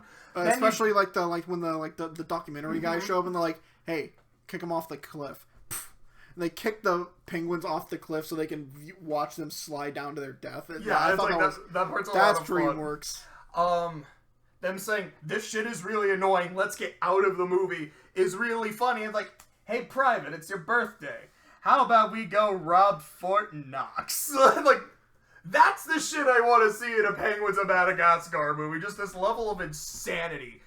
Overall, I don't think it's great, but I enjoyed it. I didn't love it. To me, it is a firmly C-tier movie. I think I liked it more than the first two Madagascar. Maybe not. Maybe about as much as two. I think I liked it more than one, but I think for me it's a C. Yeah, me too. I thought it was aggressively okay. It's like it had some funny bits in it. It had some interesting shit in it. I did think the villain was kind of entertaining, although the celebrity naming thing actually made me want to give myself a lobotomy with a screwdriver. Oh, not bad. It was like, oh, that, like, okay, dude, if your joke is actively making me recoil in pain, it's not funny. It is the opposite of funny. What do you call the opposite of funny? I just like to say unfunny. Yeah, it's unfunny. Like me. I mean, gotta give yourself points for self-awareness. Yeah, no, it's a C-tier movie. Oh no. Okay. Home. Hold on, I have to. I need a quick moment. Do you want me to start so you No. Okay. I want to start. That's fair. I kind of want you to start too, but if you needed it, I'm here as your backup. To put this movie in perspective, we watched this movie for 15 minutes? 15, I think it was 13 minutes. We watched this movie for 13 minutes. We stopped, and we didn't watch it again for a few more days. After 13 minutes, we had to go on a drive and vent. We quit. We quit this movie. We were so close to quitting and just saying, no, we're skipping this movie. Which is the first time we had ever done that in any of our marathons. Pokemon, Disney, Pixar, and DreamWorks. It is the first and currently only time we have done so. Home is bad. Like, holy shit. Holy shit. Like I said earlier, for me, an F-tier movie is irredeemable. It is incapable of being good unless you just scour it. Unless you burn it all down and try to build something else. That's what Home is. Home is this horrifically painful experience. It is so aggressively not funny that I felt the world lose its color while I was watching it. The world was slowly going grayscale, and all happiness and joy in my life was exiting from it. Jim Parsons is not funny. I think The Big Bang Theory is an insufferably unfunny piece of garbage. I think his character here is the same thing, an insufferably unfunny piece of garbage. And I don't just mean the fact that he is just unfunny and that means he's unlikable. No, he is actively an unlikable character. In fact, his whole entire species is made up of unlikable pieces of shit. Literally, the whole start of the plot is their fault, where their leader stole this other alien species' last hope of survival. Like, it was like their egg that, like, held all of their children and what they needed to actually exist. He stole it and made it seem like, oh yes, I was so brave, I took this from the enemy camp. And now they're chasing them throughout the galaxy trying to get their children back. And so what do the Boov do? They come to Earth, they fucking steal the planet, and shove everybody off to Australia, which is such a pleasant place to live. I lived there for a year and a half. I loved it. I know. I'm talking like the coastlines are pleasant. I'm talking about like the inner part where it's filled with death. But it's like, yeah, you shoved them all off to. You stole their shit. You shoved them all off to Australia. This little girl was abandoned from her mother and had to live on the streets. Fuck you. Fuck every last one of you multicolored dildo-looking bastards. Fuck you. He is incredibly unlikable throughout the entire, throughout like most of the movie. He is actively trying to backstab the little kid. The start of the plot makes no sense, where it's like, okay, they took over, and then he sent a party invite, and somehow this party invite got sent to these aliens halfway across the galaxy. I'm like, okay, sure. Okay, I gotta go back on the Boov, because they're really the biggest problem with this movie, because I actually really like the kid. I like her character. I'm like, okay, she's sympathetic, she's really resourceful, you know, and she seems like the only sane person in this movie. I actually kind of like her. Problem is, she has to share screen time with the Jim Parsons boob. I don't even remember his name. I don't give a shit. Please don't even tell me what it is. I don't care. I don't want it to take up any more brain cells than this movie already has. Okay? But the Jim Parsons boob is... Okay, the way they all talk is so insufferable. Okay, you know how we were talking about in Penguins, how the one guy has like the celebrity phrases, like the celebrity names, and he makes them puns, and every time he said them, like, I kind of recoil in pain. Every time one of these fucking assholes opened their mouth, that was the same reaction, because they talk in this really weird kind of way that I don't even want to dedicate brain power to imitating, but anybody who's seen the movie knows how they talk, and it is so fucking infuriatingly unfunny and dismally just fucking obnoxious. And I'm actually starting to sweat a little. Yeah, like he actively just took off his glasses. This man is getting red in the face. You look like you're about to lead Santa's sleigh, my guy. That joke right there was so... It took you like 2 seconds for your brain to think of that. And yet, that is by and far funnier than anything this movie could even be possibly capable of producing. It is so obnoxious. It is such shit. I have said several times in this video that, if this was a movie I would show my kids if I had any. I would not want to show this movie to my kids. You know why? Because I will assume if I have children that I love my children. And I don't want to hurt them. I was hurt by this movie. I was damaged mentally, possibly physically. It is pretty obvious which movie's going to be bottom of the fucking barrel. We're putting it in F tier. Josh is not going to disagree with it. It was like, how could the same studio that made Shrek, that made Kung Fu Panda, that will eventually make Puss in Boots 2: The Last Wish, and the Trolls movies, how did they make this? Even Illumination looks at this movie and goes, dude, we're better than that. Fucking Illumination! And Illumination's made 2 good movies!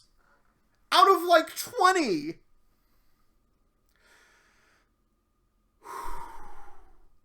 I needed this.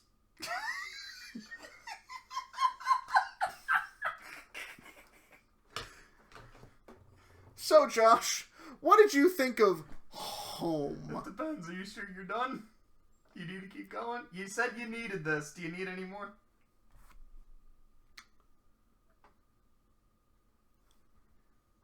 No, I'm good. Okay. I wanted to make sure you had time to think about it. So, I feel like I have to give a caveat. The day that we watched this movie for 13 minutes and both hated it, I remember the two of us had very bad days. I don't remember the specifics. I think you had a pretty frustrating day at work, and I remember having a very frustrating last, 2 or 3 hours of whatever my day was.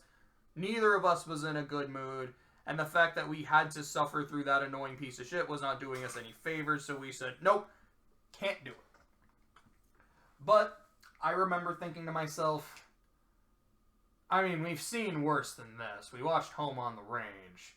And after 20 minutes of that one, you would look at me and you're like, no, please. You had like the fucking Sam Raimi, Peter Parker. You're just like, no, please, I don't want to do it. I was like, Clay, we're watching all these movies. We're going to finish all these movies. So I texted you. I was like, Clay, I have to finish this movie. Do I have to do it by myself? Because I will if I have to. But if you are down to do it, we will do it together. And you're like, no, I've been thinking about it too. If we've gotten through some of the trash movies we've gotten through, we can get through this. I regretted it. And so, we got through this movie. You know, I was telling you that we should probably just, when it comes to the S tiers, put them all in a row and then talk through them, and then we'll award a double S. For the F tiers, we should put them all in a row and then make an argument for them, but just put it where it belongs. I can't talk about this movie without just saying it is the worst movie we have seen in any of these marathons. I think it is far worse than Home on the Range, and Home on the Range is the bottom of the fucking barrel for Disney, because it's terrible. It is worse than Genesect. And Genesect is what created Bottom of the fucking Barrel. It has a special place in my heart because of how terrible it was and how it opened up my mind to this tier of badness. We considered making a new tier for Home. I almost said Home Alone, because it by itself goes there, but I don't want to... So I heard this really weird, loud ringing for a moment. I think my voice, actually hit, dog whistle tier. I somehow tapped into a frequency only I could hear, and it kind of scared me for a second. I hate the way they look.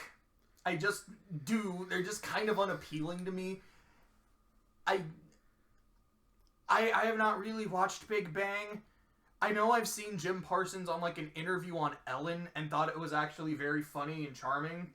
So, I said it, talking about the interview itself. I was not trying to say Jim Parsons is an it, because that sounds really fucked up. I wanted to get that clear. Movie. In this movie, absolutely.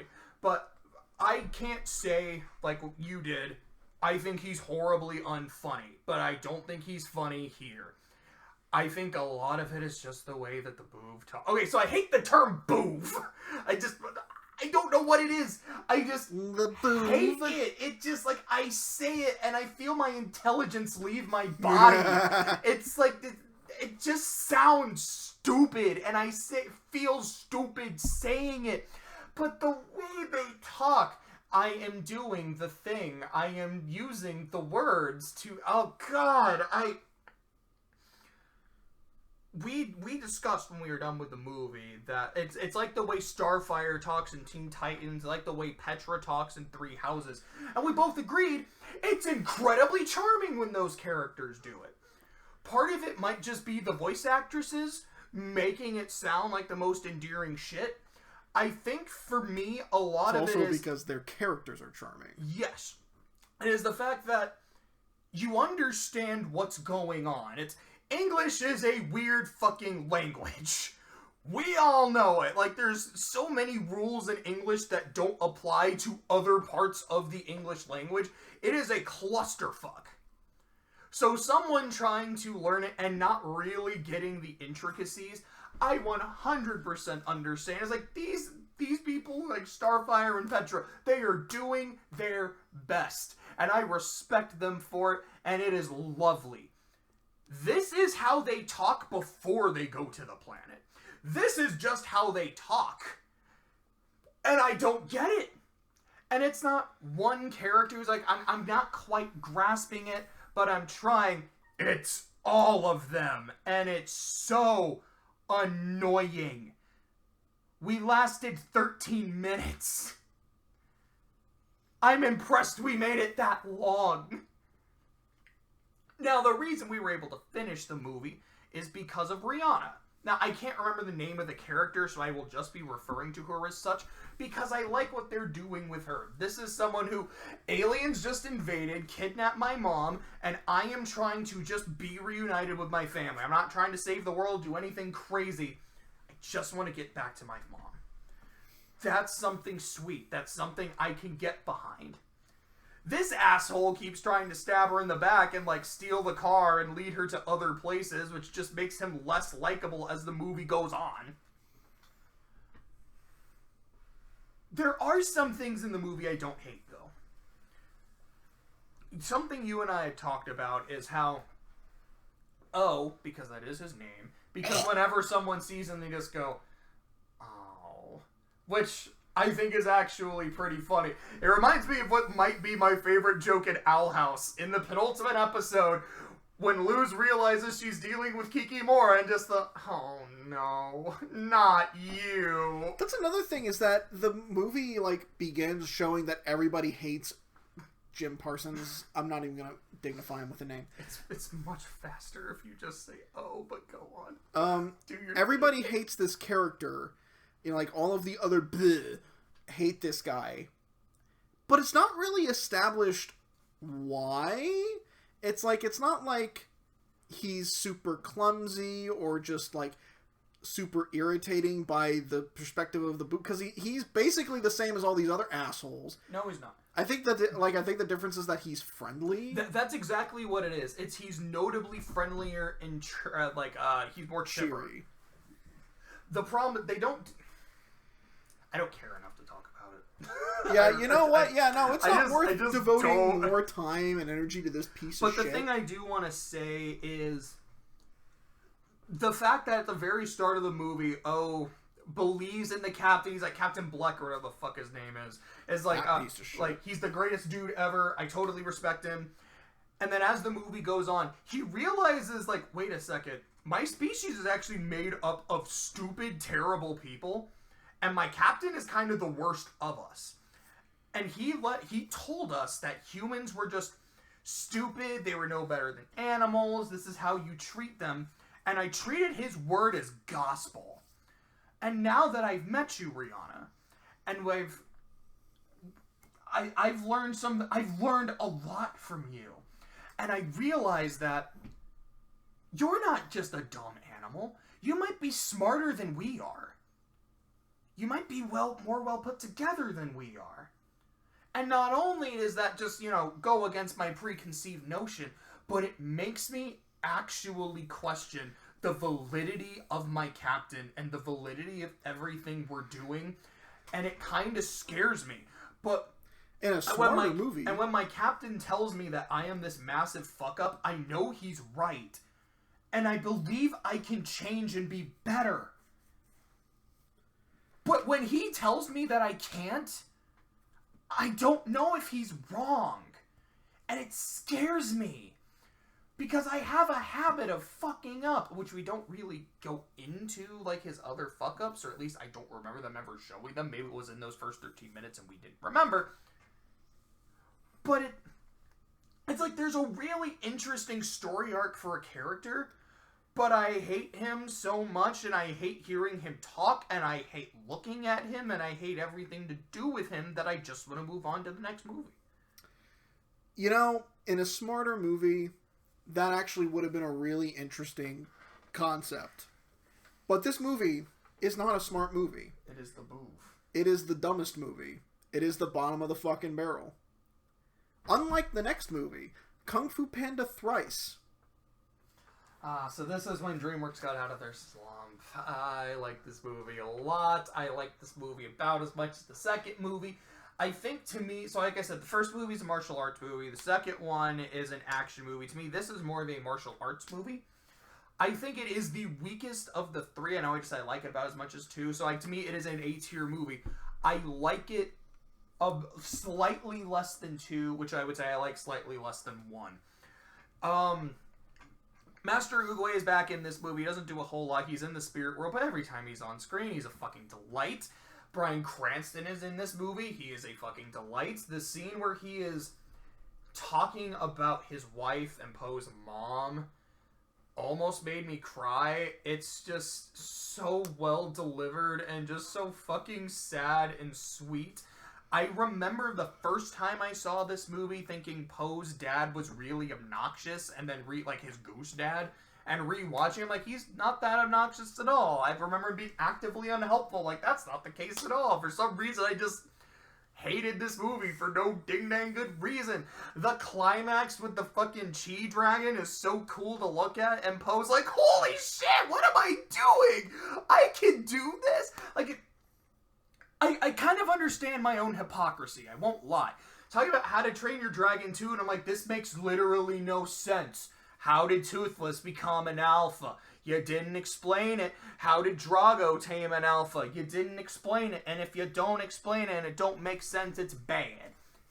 And here, you've got all the pandas and tigers using their chi to bring Poe back to life, which is something that they talk about how they don't know how to do it. And Poe is now fucking dragon spirit bending, which is something they've never explained him being able to do. So you should think I would go, this is dumb bullshit and it makes no sense, but I'm gonna be a hypocrite, I guess, because it doesn't bother me. the scene where they all use the chi, it's like, well, I mean, one, they literally have an instruction thing, like, in front of them, so they kind of have an idea, and you could argue that maybe as pandas, it is just kind of in their nature, and I can kind of buy that. But it works for me, and I think it's because of its central theme of being a teacher. And as Shifu learned in the first movie, square peg round hole does not work. You have to find out how a student responds and teach them accordingly. And Poe, when he's trying to teach the 5, he doesn't know how to do that, and it fails miserably. And she was like, I knew it wasn't going to work. Then why'd you set me up for failure? Because if you only ever succeed, you are not going to try harder. Because if you are always meeting your expectations, you're just going to coast. But when you fail, you realize your shortcomings, and then you can get better. And Poe, he's like, oh shit, like, we actually have to prepare for combat. How can I teach these pandas to fight? Okay, what are the things they excel at? What are their strengths? How can I convert that into some form of kung fu? Okay, ribbon dancing, moving around the ribbons, like moving around nunchucks. Cool, that's what you're gonna do. You guys are really good at rolling. Well, I can have you guys do this thing. Oh, you guys are good at this. I have you do this thing. Yes, I'll teach you this. I'll teach you this. I will maximize your strengths because that's what a teacher is supposed to do. Also make you aware of your weaknesses so you can improve them, but how to maximize your strengths. And so, when they're doing the chi, it just makes sense to me that, like, they've learned from him and that they I don't even know if I'm making sense. Maybe it is all bullshit, but it's bullshit I believe. And that's what makes it work. Poe's the dragon warrior. You think he can't make a giant dragon spirit? He's in the spirit realm. Of fucking course he can. I totally believe that. And the fact that he's having fun, that is what his character is. He's just a big fun dude, and he's found the value in himself, so he can just have fun. And I love that when he's fighting Kai, who is a blast, by the way. I love J.K. Simmons. When he's fighting Kai and realizing, I'm not strong enough to beat him, and my ace in the hole, which would send him to the spirit realm, doesn't work because he's not a spirit. But I'm a spirit. I can send myself and I can take him with me. And what I love is the second Poe comes up with that plan, he just does it. There is no sense of, but if I do this, I leave everyone behind. Guys, I have a plan, but it's gonna be fucky. But I'm gonna say my goodbyes. Which I love that shit too. Don't get me wrong. I love a good emotional goodbye. I love a hero who has to, like, contemplate shit, has to face their fears. But that is who Poe is to me. He's like, I'm gonna do what I can to make people happy and to keep them safe. And if I've gotta fucking yeet myself to the Shadow Realm, I am gonna do it without batting an eye. That is so badass to me. And I know if Shiro Emiya did the same thing, I'd be like, Shiro, you fucking moron, why are you doing this? But Poe does it, I'm like, you god, you absolute based existence. I don't remember the jokes in the movie that made me laugh, but I remember consistently laughing. I remember Kai's theme being an absolute banger. The fact that he's making, like, Jade Chi puppets is so fucking cool. Shifu is barely in the movie, which is also a problem with the second movie, but when he is there, he's really good. I love Poe's scene with Oogway, when, like, just that bit at the end of, like, you know, Oogway says something about him being able to go back. He's like, wait, I can go back? I don't know. I've never tried it. I love that. I don't know why, but it just clicked with me. And it's a fucking A tier movie. I could be convinced to put it in S, but it's basically the same with 2. I'll put it in A. I could be convinced to put it in S. Maybe I should. I think Kung Fu Panda is the best DreamWorks franchise because I think every movie is great. They're all consistent, Poe is my favorite character in DreamWorks. So, I think for me, I do agree it's an A-tier movie. I think the thing that keeps it from being an S-tier, because it's like, I think the pacing's pretty good. I think it's way better than 2. I like Poe's characterization in 3 more than I do in 2. For me, the thing that keeps it from being an S-tier movie is the villain. Now, I like Kai, but here's the thing. I don't love Kai, because I love Tai Lung. I love Lord Shen. For different reasons. I think Tai Lung is one, he is incredibly intimidating. I think he has a very interesting backstory. And yeah, like his final fight where he is just ripping into Shifu and just laying it all out on Shifu's feet. And it's like, is Tai Lung to blame for his reaction? Yeah, but who was the person who built him up to fail? And who didn't take responsibility for it? That's completely valid, I think. Now, of course, his reaction was wrong and evil and all that. But it actually makes him a kind of a sympathetic villain. And I especially love that moment where Shifu admits, he's like, I have always loved you. I have always been proud of you. And that pride is the reason why I failed you. And you see it in Tai Lung's face where he just stops for a moment and he kind of realizes almost what he's doing, and he realizes that Shifu is right. And that just makes him more pissed off. And then you get Lord Shen, who is, you know, like we just spent, you know, when we were talking about it earlier, we just spent all this time gushing about him. He's so great. So cool. Then you have Kai, who is really bland. Like, I think his design is cool. I think his theme is cool, and the whole, like, jade puppet thing is cool. But, I mean, Tai Lung and Lord Shen had really cool designs and really cool voices and all that. But they had that... But those two had really good characterization, really good motivation. And it's like, while you may not agree with them, I mean, you definitely shouldn't be agreeing with them, you kind of see what made them the way they were. And you see the regret both of them have about it. Like, Tai Lung, like in that one moment, you see the regret he feels. Lord Shen is so incredibly bitter because the actions that he took to divert his destiny has destroyed all the good things in his life, and he is 100% aware of it, that it is his fault. Kai doesn't have that. I thought he was going to have that.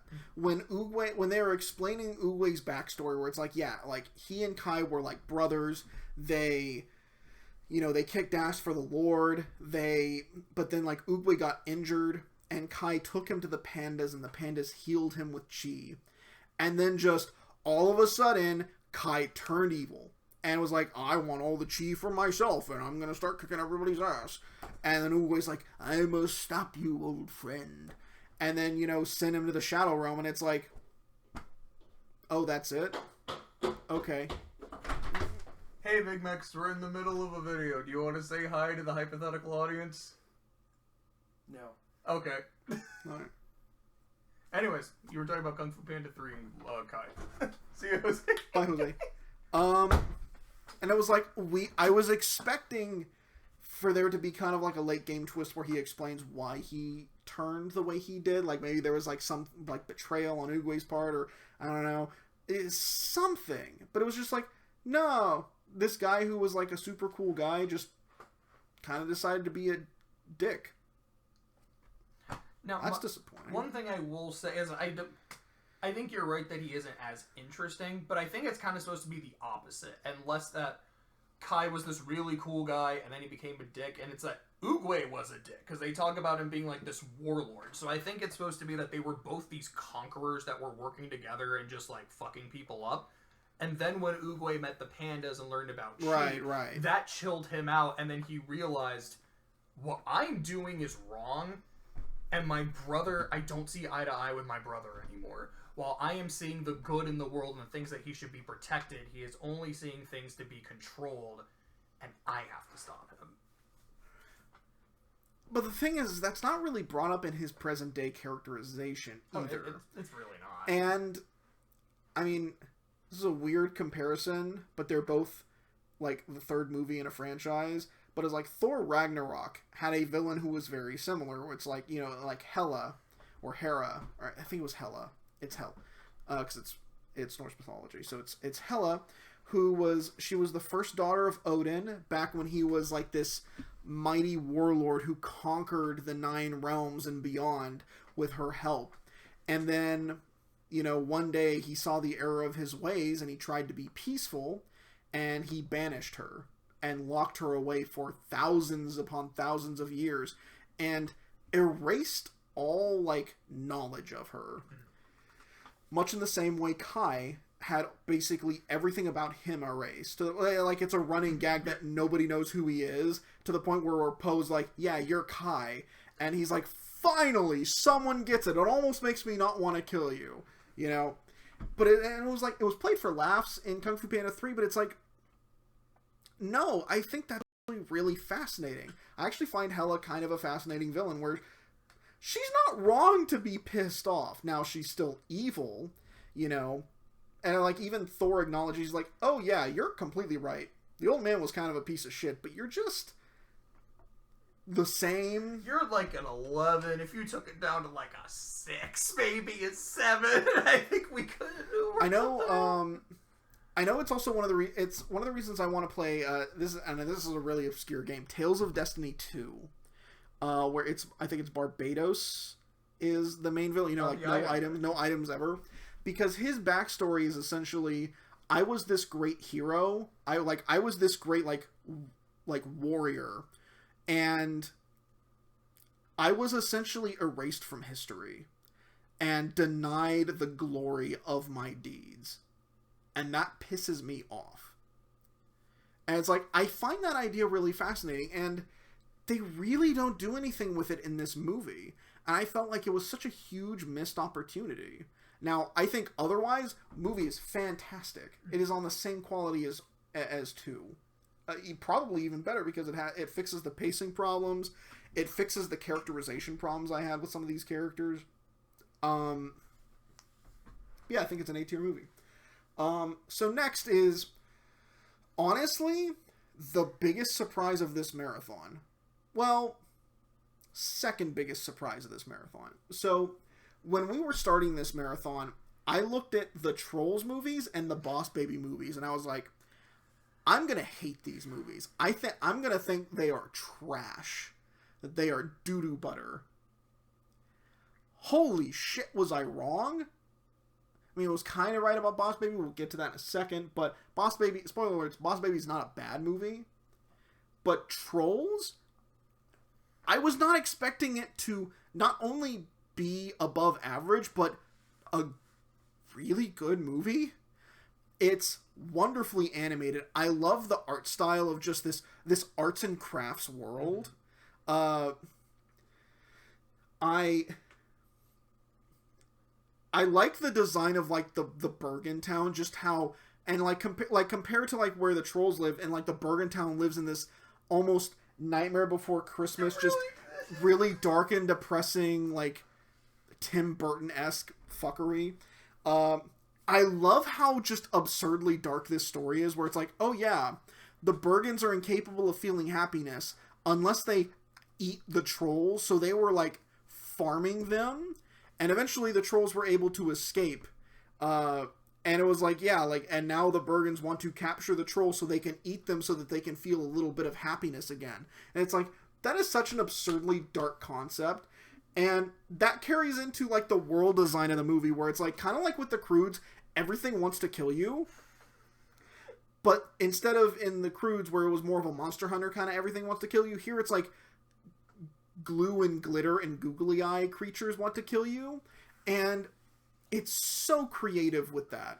I really like the characters in it. I think Poppy is actually kind of a, like, she's a fine character. I think she has some interesting stuff. My favorite part of the movie is as soon as she leaves on her quest and she has this really, like, happy, like, adventure song, like, I'm going on an adventure, you know, or I can't remember what song she used, because it was a pop song, because I think all of these are pop songs. But some of them are original to the movie. I think this one was original to the movie, but I'm not 100 on that. But as she's going through it, just all of these awful things keep happening to her, and it's like, it's kind of starting to, like, dampen her spirits a little bit. Just how oppressive it is so funny.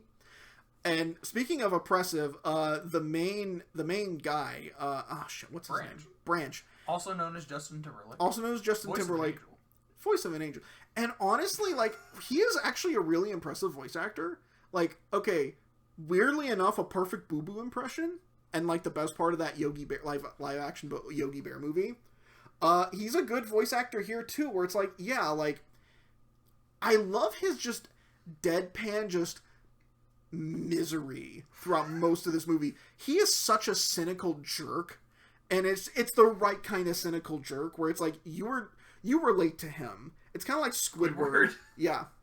Okay, like, I think the scene that we first saw that made us realize that this was going to be a great movie is the scene where they're like, yeah, Branch, you're always, like, complaining and saying the Bergen are going to attack, and it cuts to all these scenes where he's like, the Bergen are attacking, and it's like, and then he, like, flips something over. It's like, the first one's like a birthday, the second's like a wedding, and then the third one's a funeral, and he flips over a casket, you see the dead troll inside, and it's like, who's smiling, and it's like, oh, that is so funny. Like, because I think my interpretation of that joke, which feels like a weird thing to say, is like, oh yeah, this is how I understand the joke, is that, because I'm pretty sure when he pushed the dude over at the wedding, he fucking killed him, because it's the same guy wearing, like, the same I didn't know it was the same guy. It's the same guy wearing the same clothes and, like, the same makeup, so I think it's like Branch pushed him over and he killed him, and then he pushes over his casket. Oh, that makes it so much better. It's so aggressively mean. Oh, that makes it so much better. Holy shit. But yeah, I was like, okay, so it's got a really good art style. I like the characters. I like the villains. Holy shit, I think it's kind of a perfect movie. Now, I will say that it gets a little obnoxious with the pop songs at times. Like, there are just times where it's like, you didn't need to put a song there. And it's a little distracting that you're doing that.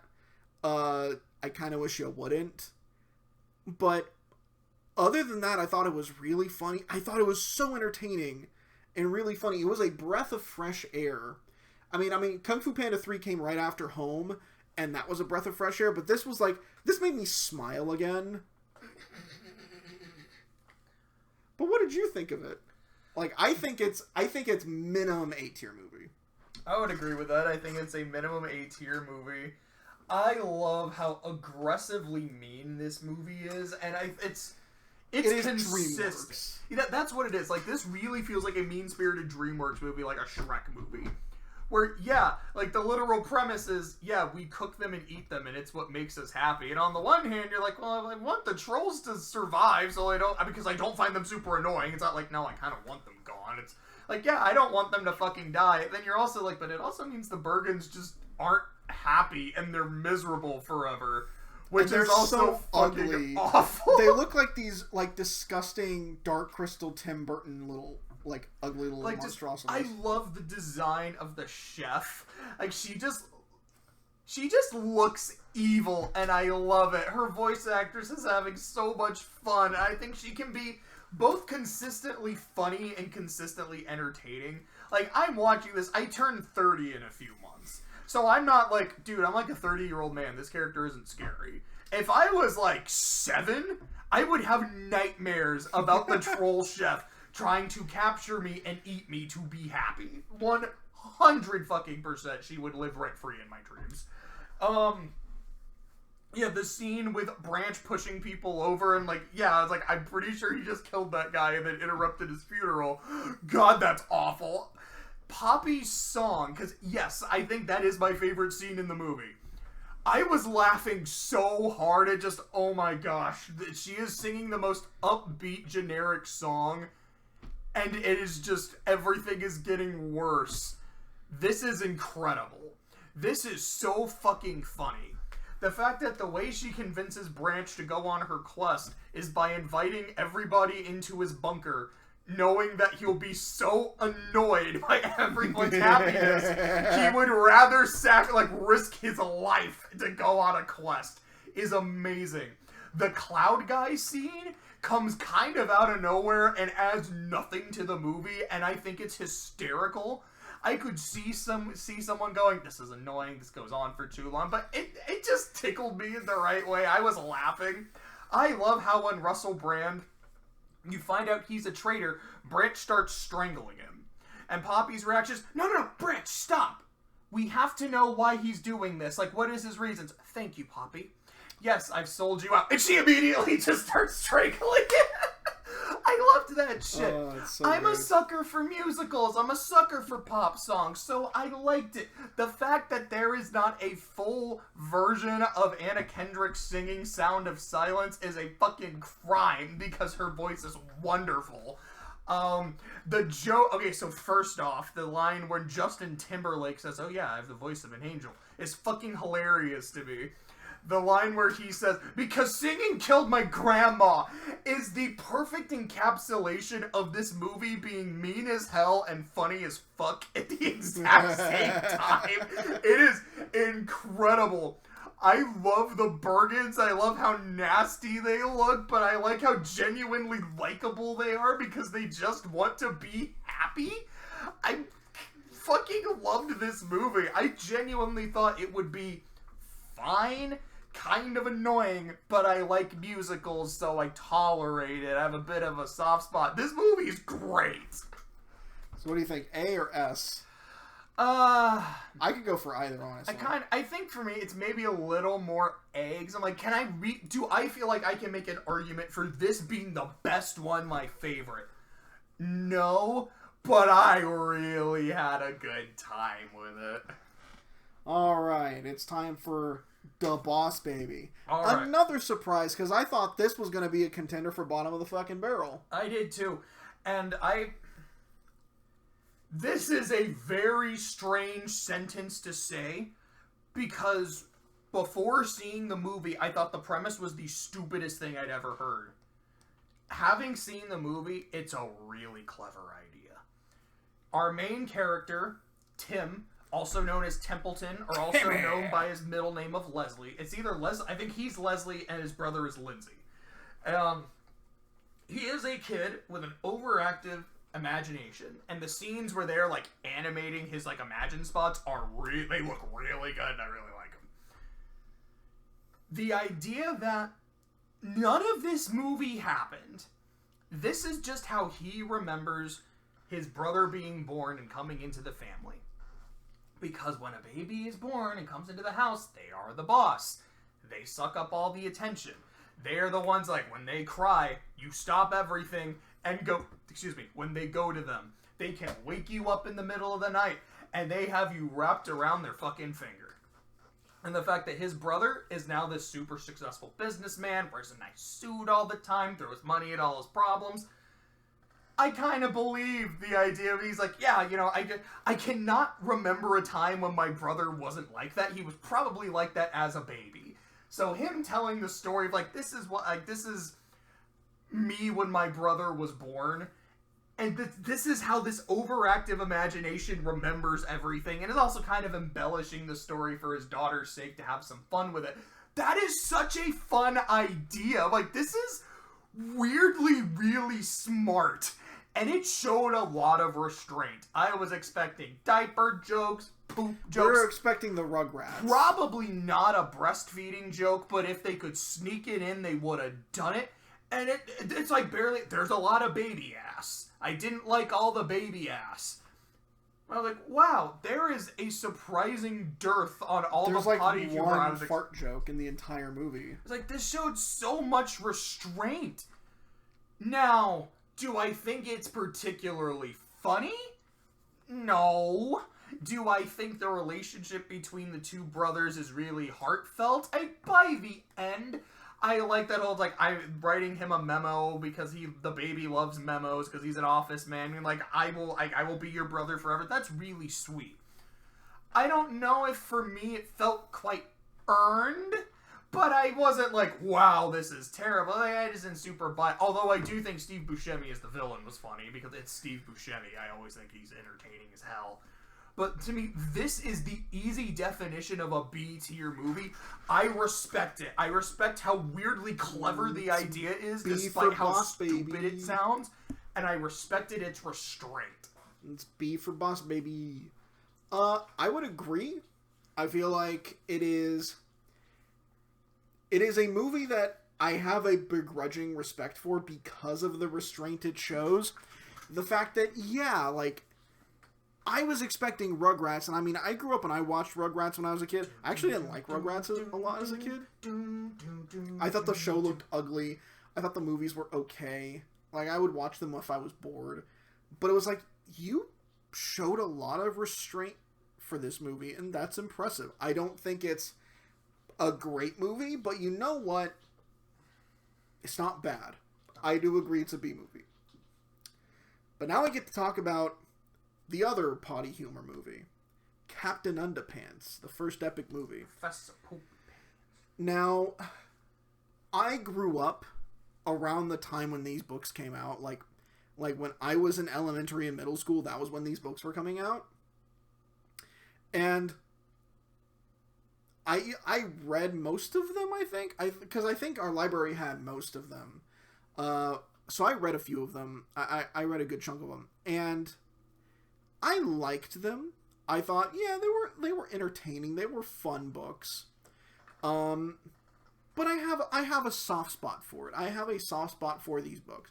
And so watching the movie, it was just this kind of, it was just nostalgic, whereas like it just reminded me of a time where I was in the library, you know, like I was in between classes or it was recess, and I would just sit down and I would just read. And maybe not just Captain Underpants, but I would read other stuff too. But it was like, yeah, like reading that stuff, and it was like, it reminded me of those times, and it was nice. And as someone who has read those books, like, man, they nailed it with this movie. Like, this is pretty much spot on. I think the animation is really fun. I think it's very colorful, very creative, which is, you know, it's kind of the whole point. Like, these two kids, they're troublemakers, but they're also incredibly creative individuals. And I always loved that they really couldn't work without the other, because one was the ideas guy, the other was the artist, you know. And I liked that. I liked their friendship. I liked, again, it's that DreamWorks mean-spiritedness. I love how mean Professor Krupp is. And, like, yeah, like, he is that jerkwad in the books. But it's like, just the relish he has in tormenting these two. Smile. He's like that time where he smiles and it's like only one part of his mouth begins to smile and it's like making this like cracking sound, like it's not used to smiling, and then the other side starts cracking. It's like, oh, that's so funny. I loved, there were a lot of really funny jokes here. I remember there was one part where I thought, oh, this joke is failing so hard, because it's when Captain Underpants went to he's doing the choir, and he's directing the choir, and they're all doing like whoopee cushions and like armpit farting, and it's like an armpit fart song, and I'm just sitting there thinking, okay, this isn't funny, it's not that creative, it's not funny, it's kind of gross. And then as soon as the song ends and everyone just starts applauding, and it starts showing all of these like reviews from like Rotten Tomatoes and IMDb, like, you know, like in a trailer. Yeah, it's like moving performances, absolutely captivating cinema, 5-star. And it was like, okay, you managed to make this unfunny joke actually really funny. That's impressive, honestly. It is so hard to salvage an unfunny joke. Like once you've lost your audience, it's so hard to salvage it. They found a way to do it. Respect. And yeah, the movie is just a fun time. You know, it's got a villain named Professor Poopy Pants, who for some reason sounds exactly like Luis Guzman, but is voiced by Nick Kroll. Yeah. For me, it is also a B-tier movie. It's like, I don't think it is an excellent film, but it is still an entertaining, fun time. But what did you think? I think my favorite joke in the movie is when they're seeing Krupp. Is it Krupp? Is it Cup? It's Krupp. Krupp. Okay, so it's with an R. But see, he's not Captain Underpants in this moment. It's Krupp talking to the lunch lady. They're like, I think they like each other. What, you mean adults can like each other? Well, of course you wouldn't know that. Your parents are married. That was fucking great. I laughed really hard. Also, the lunch lady is oddly really adorable. I was about to bring that up. I was like, I think she's voiced by Kristen Schaal, I think. She is. Like, you know that meme on Twitter where someone, like, post a picture of a character and then just go, okay, now hear me out? It's kind of how I feel about the lunch lady. Like, she's just really cute. I don't know. I think this just appeals to me. I have a type. I have a lot of types, actually. But I think my favorite scenes in the movie are when, what are the names of the kid? It's Harold and, like, Greg or some shit? I don't think that's right. No, it's, oh, shit. I want to say it's, like, something close to, like, Gregory or Gerald or something. It's, George. George. I know it was, like, a G or a J. But it's George and Harold. And there's a scene where they're just imagining what the world is going to be like when they're not friends, and then it turns into this, like, sock puppet thing where robots start attacking. Why are robots attacking? I don't know, man! I'm just freaking out. It was really funny to me. There's another scene where when they do get separated, like, their worlds are literally coming apart. I'm like, that's so fucking cool. That's a creative-ass visual. It's not something I grew up with because my mom took one look at it and said, this is stupid, no. And it's the kind of thing, though, I'm like, if I did get to read it as a kid, I know I would have loved it. I just think it's a lot of fun. I think it's consistently fun, and I, for the most part, remember it being consistently funny. I had a blast. I loved how this movie looked. I loved how much energy it had. To me, I would probably give it an A because of just how consistently entertained I was by it. You know what? It gets an A for nostalgia. Is that who I think it is? Oh, is that How to Train Your Dragon 3?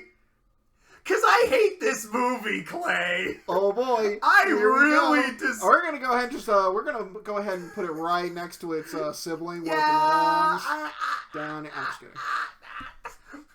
Maybe I should put How to Train Your Dragon 2 in D, because it's not as bad as 3. You want to change it? I feel like I could go either way. So I feel like we could do that. I feel like I should put it in D, because it's like, man, there's a lot of things I just don't like about it. I don't hate it as much as I hated 3. Yeah, you fucking hated this shit. I went into this marathon so looking forward to 3 because I hadn't seen it. I was like, this is going to be the best movie. This might be the best movie in the whole marathon. This is going to be so good. I am so excited, and I was so goddamn bored. This movie just sucked out my enjoyment. It's not nearly as, like, colorful or as pretty as the other movie. I think there's, like, a couple parts. I think when they actually go to the hidden world, which... It's very colorful, but it's not interesting to look at. It's so boring. I was so disappointed. Like, when you go to, in the second movie, when you see, like, the little dragon paradise, which, it's not a whole lot. It looks better than this. More of a hidden world than this one was. Like, this movie felt like... Oh, you're gonna say it? Are you gonna say it? I don't know. What do you think I'm about to say? I was just gonna say, like, I feel like this movie should have been the second movie because it... I'll explain in a second. What did you think I was gonna say? I forget. I thought you were gonna start arguing for being in bottom of the fucking barrel. Oh no, I can make that argument. But we'll wait for that. We'll put the giant fucking pin in the wall. Oh, I remember when he did that. What? I remember when we were watching the movie and he just slammed both fists into my wall. No, that was for Home. That was for Home. Home was the giant pin in the wall because that was for this is the worst movie we've seen. This is not Home bad, but I can make an argument. But okay, number one, like I said, I was bored. I don't think it looks as appealing as the other movies. I don't think I don't remember the soundtrack being terrible, but I remember the entire first movie, I was like, fuck, this music is so good. Like, it's just really getting me into it. And I just didn't feel it in this movie. So, the villain, the way he's written makes it feel like, so he's a hunter. He specifically hunts night furies. And after the shit in the second movie, Toothless is a problem to other barbarian tribes, so they hire this guy. What's his name? Grimmel, I think it's like Grimmel the Grizzly or some shit. Some shit. And like his job is like, yeah, go kill the Night Fury, which doesn't make sense because later in the movie, like, you were supposed to give us the Night Fury. You're not supposed to kill him. Like, what the fuck did you think you were hiring him for? I thought that was literally the point, is you were hiring the Night Fury killer to kill the Night Fury, and that's why, like, do this for us. And we get to fuck with those guys because we get rid of their alpha, and you get to kill the last Night Fury. And then it's him wanting to kill it as a betrayal. That's fucking stupid. It makes no sense. Yeah. Oh, I can feel myself getting incensed. Hey, you know what? I got super incensed with Home. It's your you got turn. incensed with Turbo. I got incensed with Turbo, and then Home was a continuation. It's your turn. So this character, I feel like he's supposed to be very suave, very charming. He can have, like, nice, witty banter, but, he's also intelligent. He's a scientist, which that's the way that he's a foil to Hiccup. Hiccup does all of his stuff, again, through learning and experimentation, and then through affection. This guy is learning, experimentation, and then, I don't want to say bullshit. Well, no, I am going to say bullshit, because they actually don't explain it. Because I was going to say, like, it's not bullshit, like, it's a cool science idea, because I like that idea of, I'm going to use these dragons specifically have this kind of venom. And I'm going to inflict them with their own venom, and it kind of fucks with their brain and makes them subservient to me.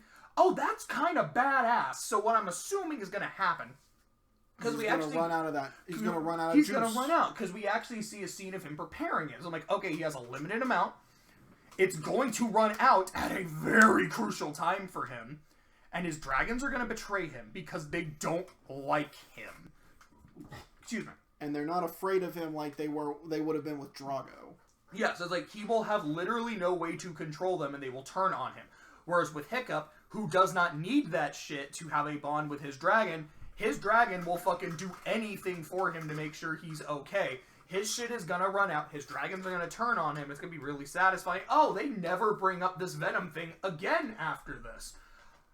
Okay, so you had a chance to, like, really show this is why he doesn't, like, why his system doesn't work, and then they just didn't.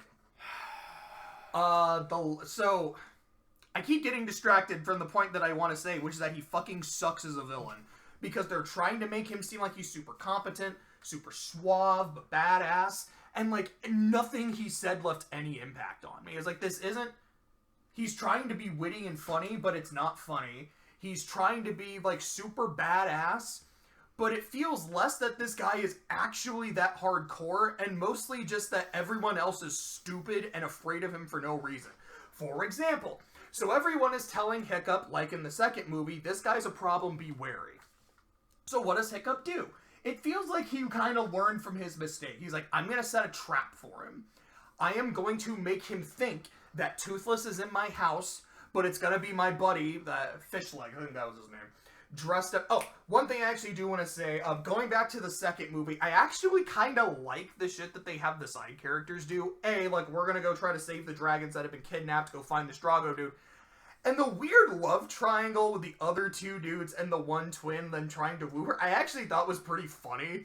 So I have to give it... I don't like How to Train Your Dragon do, but I gotta give it some credit for things they did like. So going back to the third, which is the shit show. Okay, so, like, I'm gonna have my boy here, use him as bait. Grimmel's gonna be in my house. And then I'm gonna have, like, once it gets to that point where we're gonna go aggro, I'm going to ambush him. So Grimmel gets ambushed, has his dragon... Oh, thanks. He actually has brain cells. So then Grimmel has his dragons attack, and they escape. And at that point afterwards, Hiccup's like, dude, he was in my house. This guy, everyone was right. This guy is a threat. This guy is incredibly intelligent. We've never dealt with someone like this before. How the fuck did he get in my house?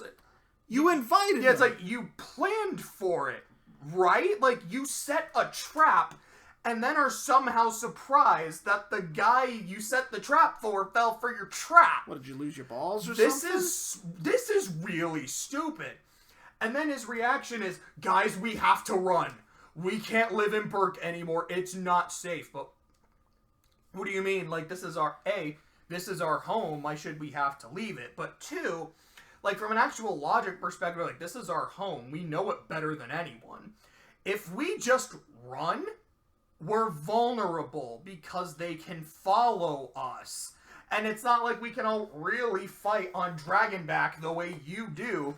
If they come after us, they know where we are, we're fucked. If we, like, go to a new place, we don't have time to set up, to build homes, to build fortifications. We can do that here. We know the terrain. We can use it to our advantage. We can fortify. We have all our dragons here. There's the emotional perspective of let's protect our fucking home, and the logic perspective of use what you have to your advantage. Do you remember the last movie where a dude had an army of dragons and an alpha and you won? This guy's not that scary. And, like, this is why this feels like it should have been the second movie. Drago, as much as he doesn't do it for me, I legitimately believe is a threat. I still don't believe he could tame an alpha. That's bullshit. But I believe he is a threat. And if he showed up and was like, I'm going to go with my alpha and my dragon army to your doorstep, if that shit happened, I could see them going, we gotta bounce, because that's a fucking problem. This dude who you set a trap for fell for your trap. He did escape, but he still fell for your trap. And you're hung up on the fact that he got caught in your trap because you had the trap in your own house. Like, what the fuck? In the last movie, like, I thought you were being way too arrogant. Here, you're just stupid. This makes no sense. You're not just being stupid, you're being a coward. Which makes the entire premise, like, kind of what we were talking about Shrek Forever After, where it's like the premise doesn't really work, it's on shaky ground. This is on no fucking ground, because I can kind of defend what happens in that movie. Not super well, because I think it's bullshit, but kind of. There is a way you could have made it work. This one just doesn't. It doesn't. And while that movie has Rumpelstiltskin, and nobody's smart but him because he is a blast, this dude is boring. And all the scenes with Toothless trying to lure, or like, woo the Light Fury, put a pin in the wall because I can talk about the Light Fury because I fucking hate her because she has nothing to the damn movie. Ooh, I hate this movie. Good. I feel no passion when I hate home. This movie gives me passion when I hate it, and that's why I can argue it's worse. I haven't even gotten to my real point that I hate about Should it. it just be a tie? Like, we both, because like in previous marathons, like we have sometimes had different bottom of the fucking. We've had different ones. I'll get there. Okay, all right. Let the hate flow through you. The scenes when Toothless is trying to court the Night Fury are fun, but I think they go for way too long and Toothless becomes too stupid. Now, granted, Toothless is a fucking dork. That's why I love him. That's what makes him endearing. But there's a point where it goes from he's being an endearing dork to you are just making an ass of yourself, and I don't know what the fuck is even happening. Can we go to something that gives you a degree of competence, my dude? Because you're a very competent bad motherfucker, and I guess we're just not doing that. Nah. So the fact that the dude, Grimmel, his whole thing is, I kill Night Furies. His reasoning is, when I was a kid, I get off on him. Like, when I was a kid, I killed one, and everyone thought it was the coolest shit, so I said, cool, I'm gonna do this forever. Is it the most interesting? No, not at all, but I buy it. I dig it, I buy it. Clay, I have a question for you. What's the difference between a Night Fury and a Light Fury? Because I have no fucking clue, except for their colors, and that one's a girl. One is black, and the other is white. Like, is there anything else about their design or their behavior that seemed genuinely different? No. Okay. Because I came to the same conclusion. So the fact that he's like, I killed every Night Fury in existence, but now I found there's one left, and it bothers me, and I'm a completionist. Yeah, I kind of dig that. I just don't think he's actually that entertaining of a villain. But then they show off the Light Fury, and he's not like, fuck, I missed 2 of them. They act like it's a completely different dragon. And it bothers me, it bugs me, it throws me off. Because this dude is acting like it's a completely different dragon. Despite it not being a completely different dragon. His whole thing is, I'm gonna kill Toothless. I don't give a shit about this one. I'm just using it as bait. I just want to kill all the black dragons. Yes! It's fucking stupid! It doesn't make sense! It's not consistent, Clay! I mean, racism rarely does. The Light Fury doesn't really have a character the way, like, Toothless has a consistent character. I think they do make him too much of an ass in this movie. There's still a character. She doesn't have one. All she does is exist to break up the bromance. Now I have to talk about it. Now I have to talk about why I hate this movie. Because I fucking hate the ending. The beauty of the first movie is the relationship between Hiccup and Toothless. Of Hiccup's sense of discovery, learning about his companion, and learning that he's not just this vicious monster. He's an animal like any other. Man is an animal too. There's things that he responds well to, things he doesn't respond well to, and that he and I are stronger together. Literally, he can't fly without Hiccup. They need each other. And at the end of the movie, Hiccup gets permanently fucked up. He loses his leg. He gets disfigured. And what's his response to realizing that? Hey, look, bud. We're matching. It's like, hey, you saved me. I mean, you didn't save all of me, but it is what it is. It's just like this, it proves their bond. And like Toothless, when he saw Hiccup wake up, was just like a big fucking cat and was so happy to see him. And yet when you get so like, while the whole point of the first movie was understanding each other and we are better together, apparently this movie's theme is, Hiccup, all the good stuff inside of you, like your bravery and your intelligence and your ability to lead, that was in you all along. You didn't need Toothless for that. And because you didn't need Toothless to discover that, you don't need him anymore. You can let him go. Whoa, whoa, whoa, whoa, whoa, whoa, whoa, whoa, whoa, whoa, whoa. Bitch, say what? What it sounds like you are saying, movie, as your big theme, is that if a friend is helping you discover something in yourself, they are worth keeping around. Once you no longer need that, and you've gotten what you needed from the friendship, just get rid of them. Because it's not written as a Toothless would be happier with other dragons in the wild. It's written as a you don't need him, and he's horny. Go let him fuck. Let him breed and repopulate the species. Let him stud. What the fuck is this movie about? Oh, you know, it's much safer for the dragons to be out on their own and not with us. Did you watch the second movie when Drago had a literal fucking dragon army and you guys are the reason that they're free of him? Did y'all watch that movie? Did that fucking happen? Because if that had happened and y'all were there, you would realize that you are stronger together and not separate. Ape strong together, movie!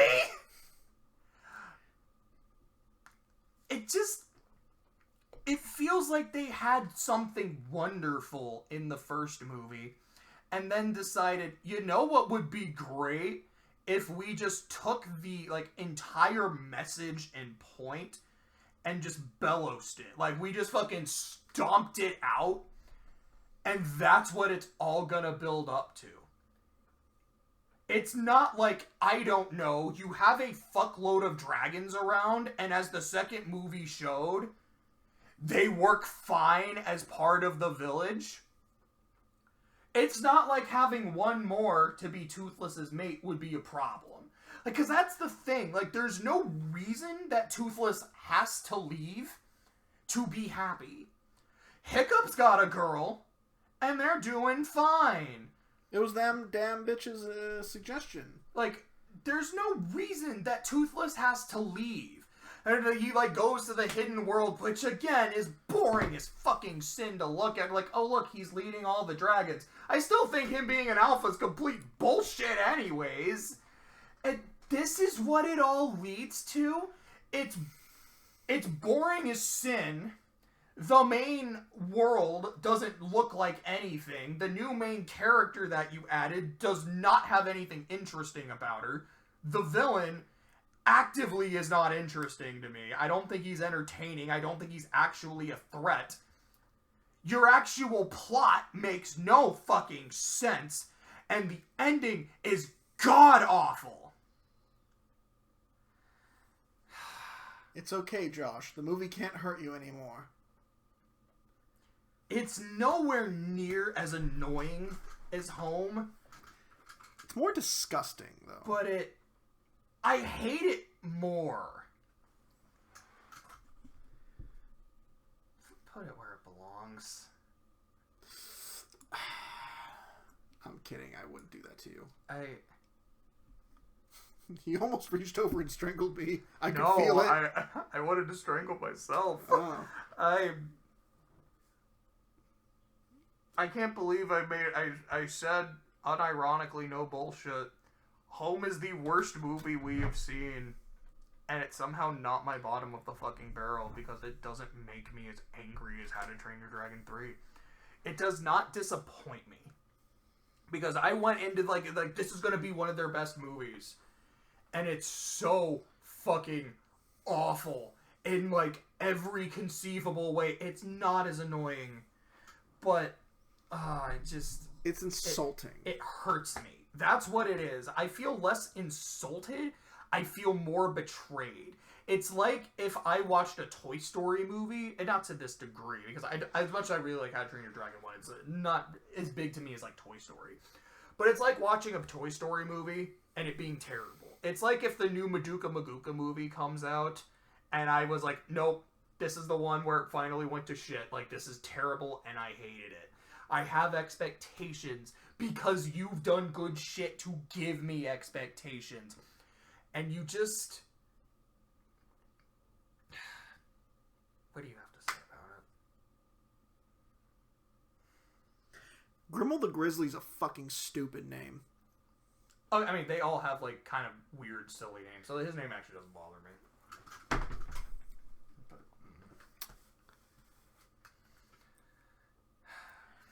So, while we were watching this movie, I was off to the side playing a little game called Fire Emblem Thracia 776.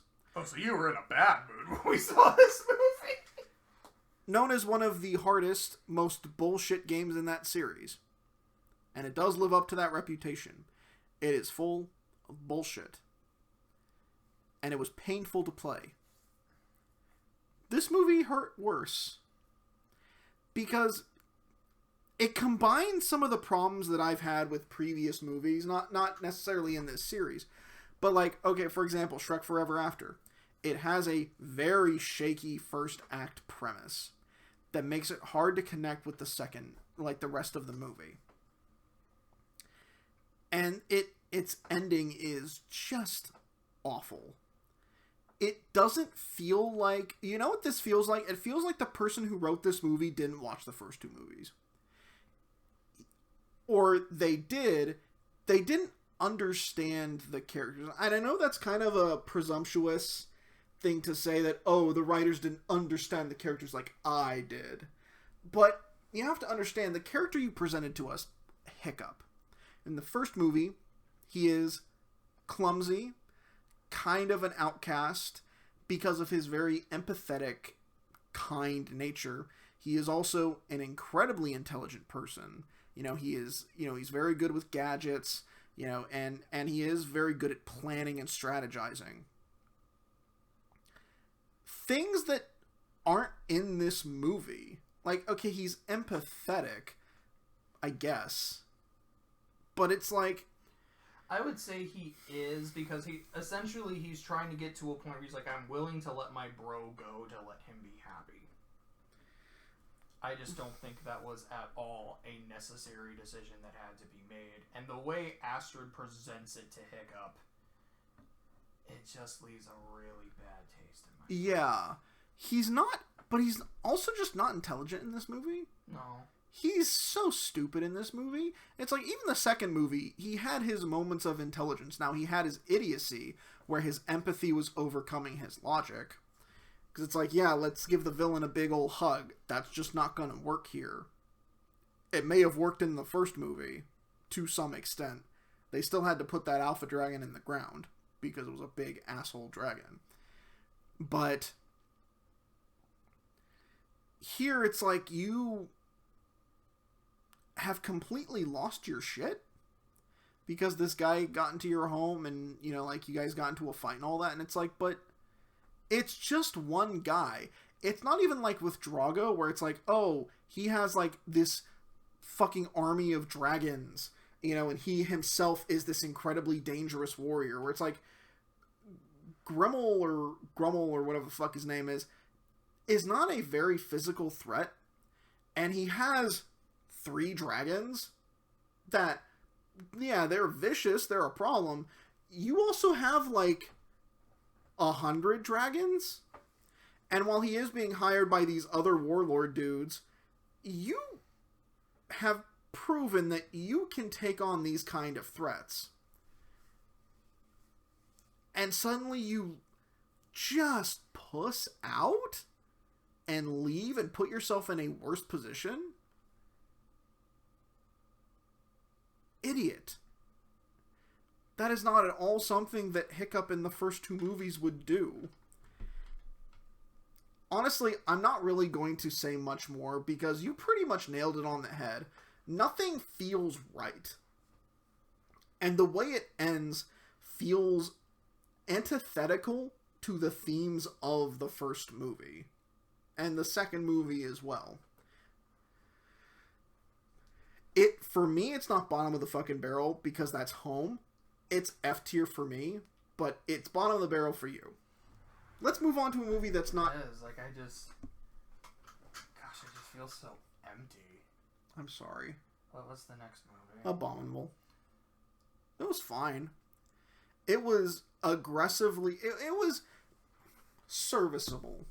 I thought the animation was kind of pretty. I thought the characters were pretty okay. Yeah, it's a C tier movie.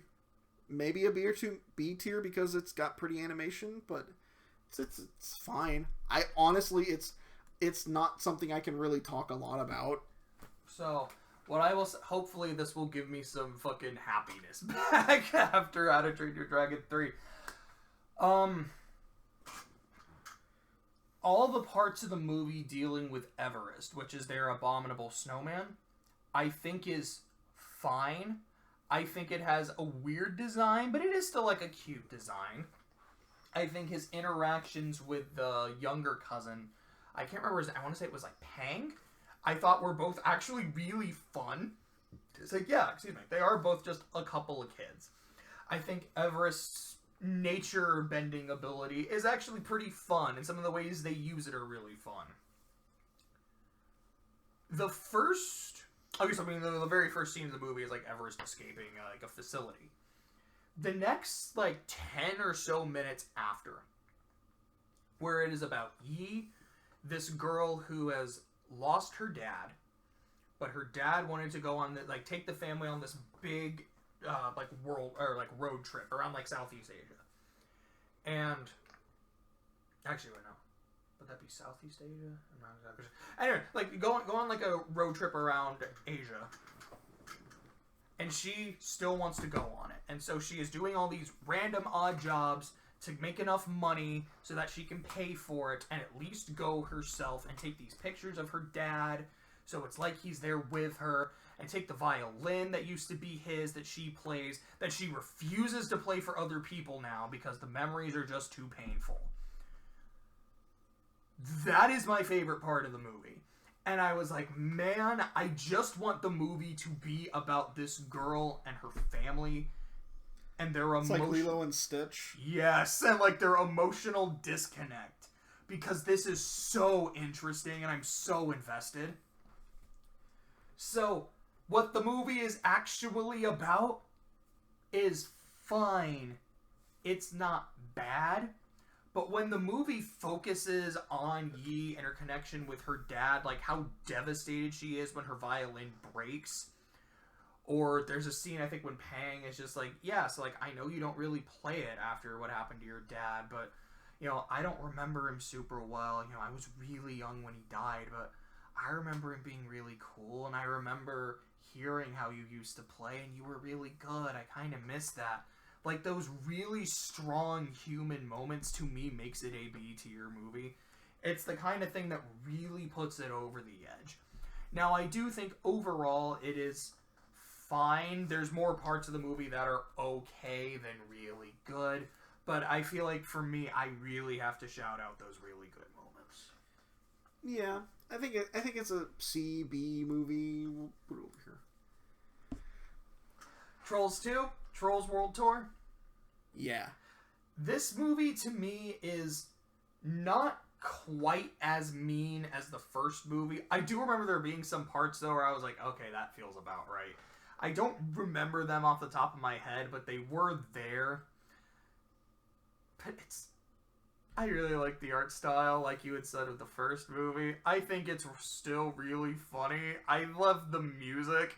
I love that we've got all kind of different genres. How they go to the country place and they're singing this really depressing song. You're like, yeah, that is just what country music is. They're like, why is everything so sad?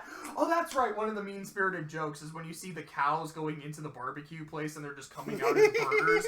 That's fucking hilarious. I liked Barb a lot.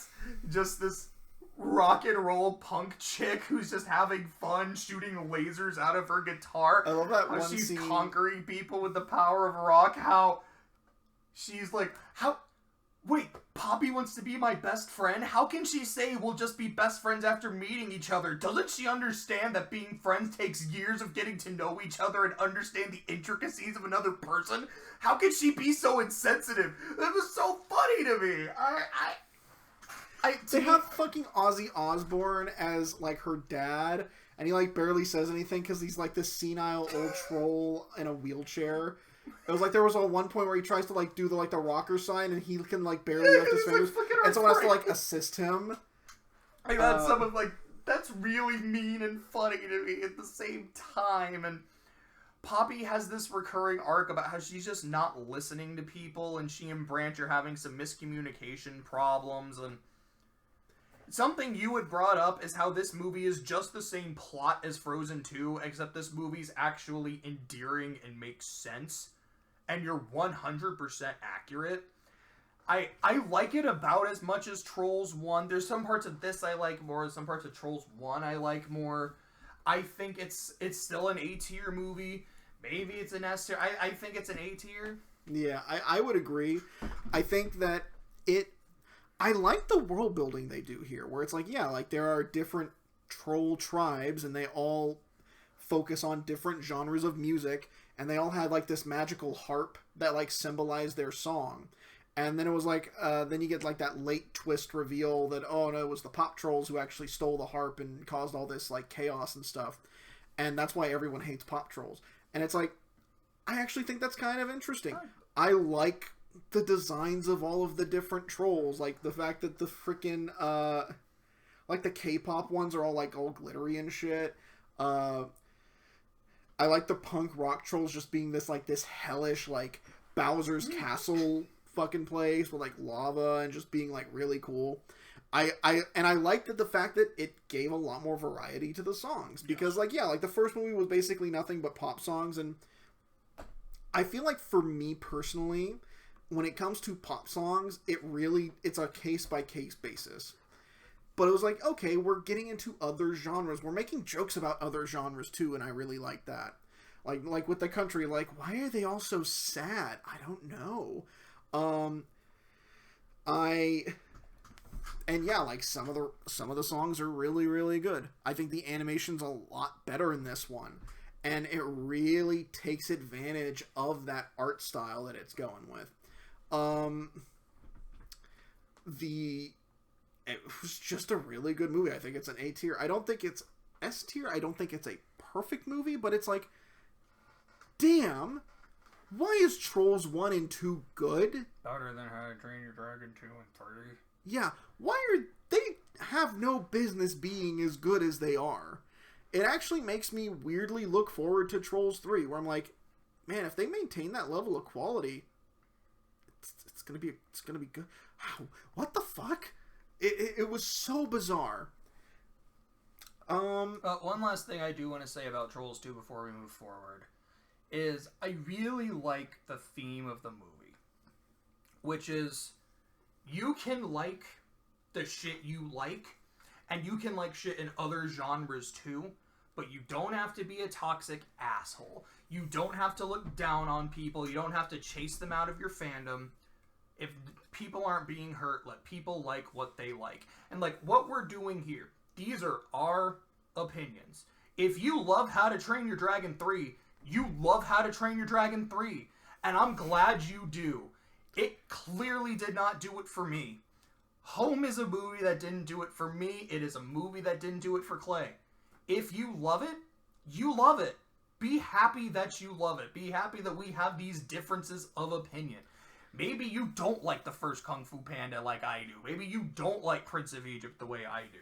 That is perfectly fine. Just, I'm probably being a dick when I'm talking about how much I don't like How to Train Your Dragon 3, but please understand, I don't think any less of people that do. I understand we have our own biases. Things hit us differently. Just, if you disagree with my opinion, don't be an asshole about it. But I don't mind discussing it. Yeah. And I do like how in the movie it's like differences are not necessarily bad things. In fact, a lot of times they are things to be celebrated. I do like that. I think that's a really good that's a better message on diversity than most things are going with nowadays. You know, like they're trying to like shoehorn in diversity, like forced diversity. Because like I think diversity is great. I think, you know, all this other stuff is, like, you know, like putting women or, you know, like people of different races in more roles. I think that's great. But you shouldn't force it, because we can tell when you force it. And it makes it feel more artificial. You know, it's, in a way, it makes it harder for people to be more accepting of it. Like, for me, it's like, the more you point out people's different, like how different they are, it makes it ironically harder for everyone to be treated the same. Because like we want to be treated equal, right? You know, like I feel like people should have equal rights. Like LGBTQ people should have equal rights. 100%. They should be allowed to marry same as straight people. You know, but I feel like when you like shoehorn in that kind of stuff, it makes it harder for people to notice our similarities. Because I think that's the thing. It's like in Trolls 2, and this is a really weird, we're discussing this right now, but it's like yeah, we celebrate our differences, but we all have one thing in common: we love music. And it's like the fact that we love different kinds of music is awesome, you know. And so I feel like if we want to truly treat everybody equal, we have to normalize it. You know, we have to treat people as people, you know. I know there's a really iconic scene from Sonic Boom about that, where... Oh, yeah. Yeah, my brain is just, like, fucking dying, but Knuckles being like, yeah, like, the fact that you're trying to make this seem like it's something out of the ordinary is not the norm, it's just reinforcing stereotypes, and I don't think we should reinforce stereotypes. Everyone's awesome. What? Just because I'm a meathead doesn't mean I'm not a feminist. Yeah.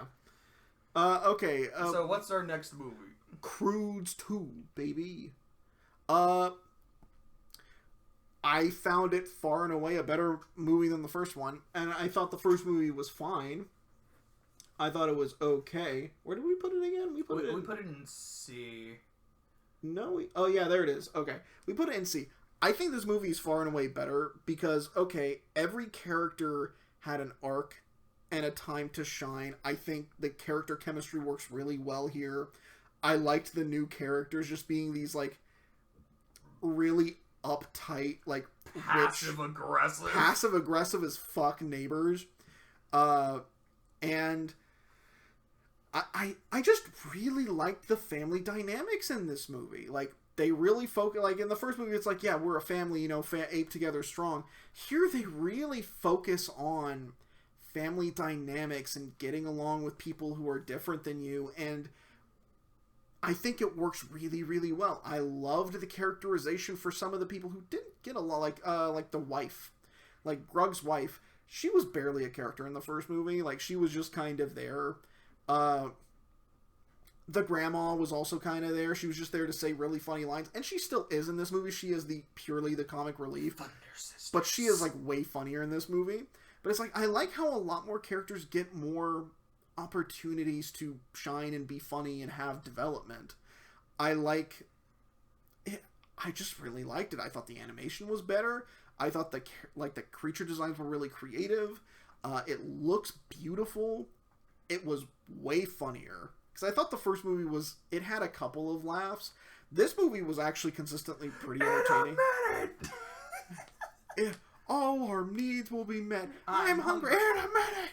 You know, Nick Cage, being the god tier man that he is, you know, continues to be a god tier man. Ryan Reynolds is also good in this.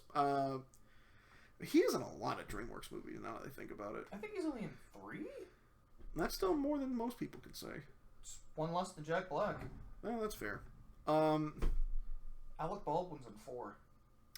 Yeah. Bryan Cranston's in at least 2. Actually, no. Isn't he in this one as well? No, it was Peter Dinklage. Oh, that's right. Peter Dinklage is the Homo sapien dad. The really passive-aggressive one. We actually didn't know that until the movie was over. Because he didn't really have his voice in it. It didn't really sound like him. And we had to actually rewind to a scene with him. And I'm like, I can kind of hear it. But yeah. I just thought it was a way better movie. I'd give it an A tier. Fuck, Antonio Banderas is in 5. He really is. That's actually kind of what. To me, this is also an A tier movie because I just was laughing my ass off. I was consistently entertained. I don't think it looks quite as good as the first movie, and I felt like one of the big themes of the first movie is we need Grug because of his strength, but we're starting to evolve and adapt and get other ideas, and that's another way we can survive. In this movie, I noticed kind of everyone was consistently kicking ass, so it kind of diminished Grug's necessity and his role, which, you know, if you go with the original, I don't want to say the original ending because I don't know if it was planned, but if you go with the ending of them leaving Grug behind, I kind of buy it more. But it was something that, it's not that I hated it or it really rubbed me the wrong way. It was like, I don't know if this is quite right. But regardless, yeah, the passive-aggressive parents were funny as hell. Their daughter just like, I'm the Disney princess who just wants to get outside the wall, and they just take a fucking saber-toothed tiger joyriding is funny as hell to me. I guess it's like a teen movie mixed with the Flintstones, which is not something I knew I wanted. Like, the son just, what's that? That's a window. Oh, I'm addicted now. And it's just him, it's an allegory for TV, and I just thought it was hysterical. Well, the fucking monkeys who speak by beating the shit out of each other. The punch monkey, I enjoy. I think, were they in the first movie? Because I thought they were. I thought there was a scene where Grug got the shit beat out of him by some monkeys in the first movie. The fucking bananas! How all Grug wants is to just eat a banana. Like, that's the one rule, you can't have bananas. Put banana. Banana. Whoa, banana. It's like, and then the payoff to that joke, shit. where he's like, not only did I eat a banana, I ate all of the bananas. That's impossible. And then he looks around and there's like no bananas, and there was like hundreds of these, and he's like, how did you do it? And he's like got this like gigantic gut, and he's like, what have you done? And it's like, oh, that is such a fun build-up.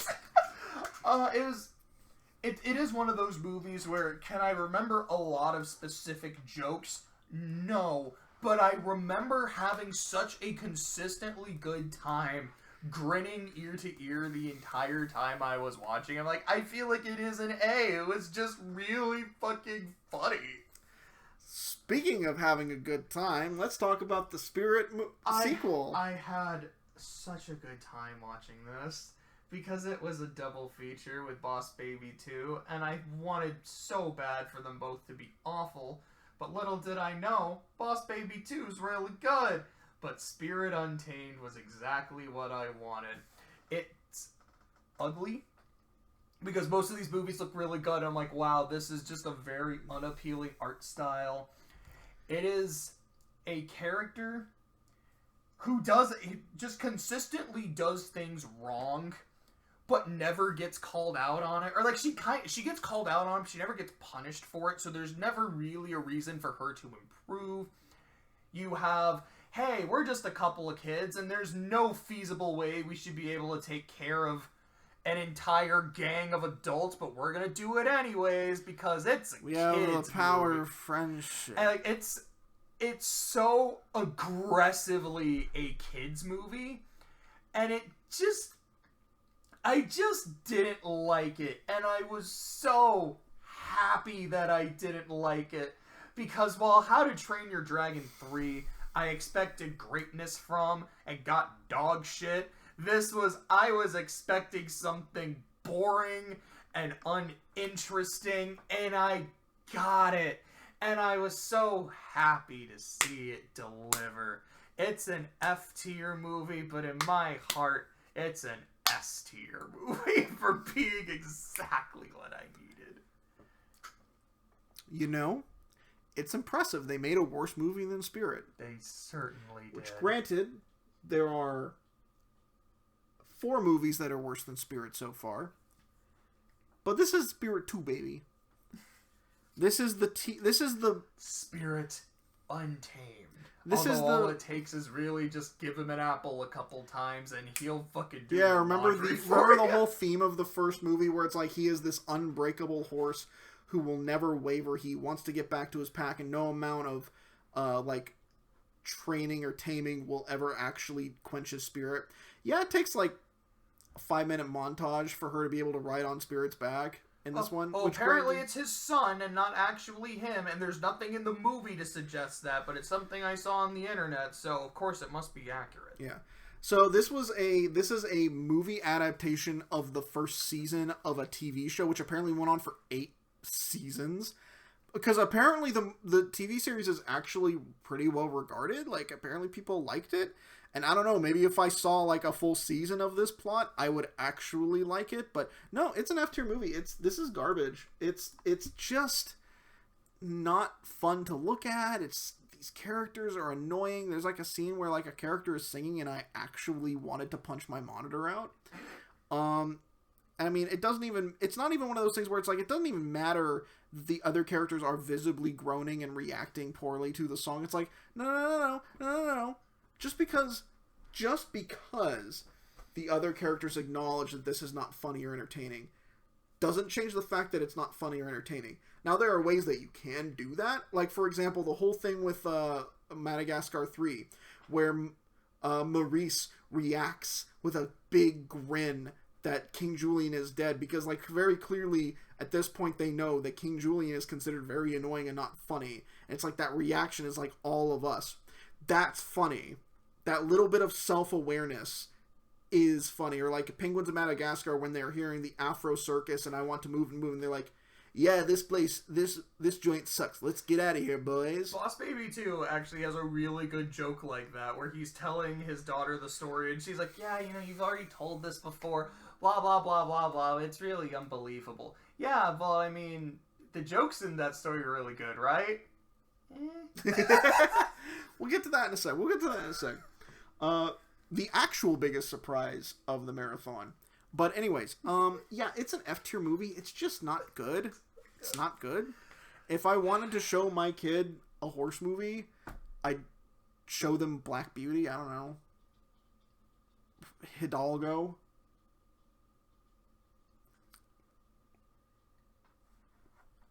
Seabiscuit. Anyways, Boss Baby 2. I'm trying to think. Is there an animated Disney movie about horses? I mean, there's a horse in 101 Dalmatians, but it's by no means a horse movie. I mean, there's a horse in Home on the Range, but he's awful. I'd probably just make him watch Friendship is Magic. Probably. That's a better horse show than Spirit Untamed probably is.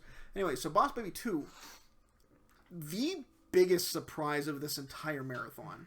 Because as Josh was saying with Spirit Untamed, we watched Spirit Untamed and Boss Baby 2 as part of a double feature.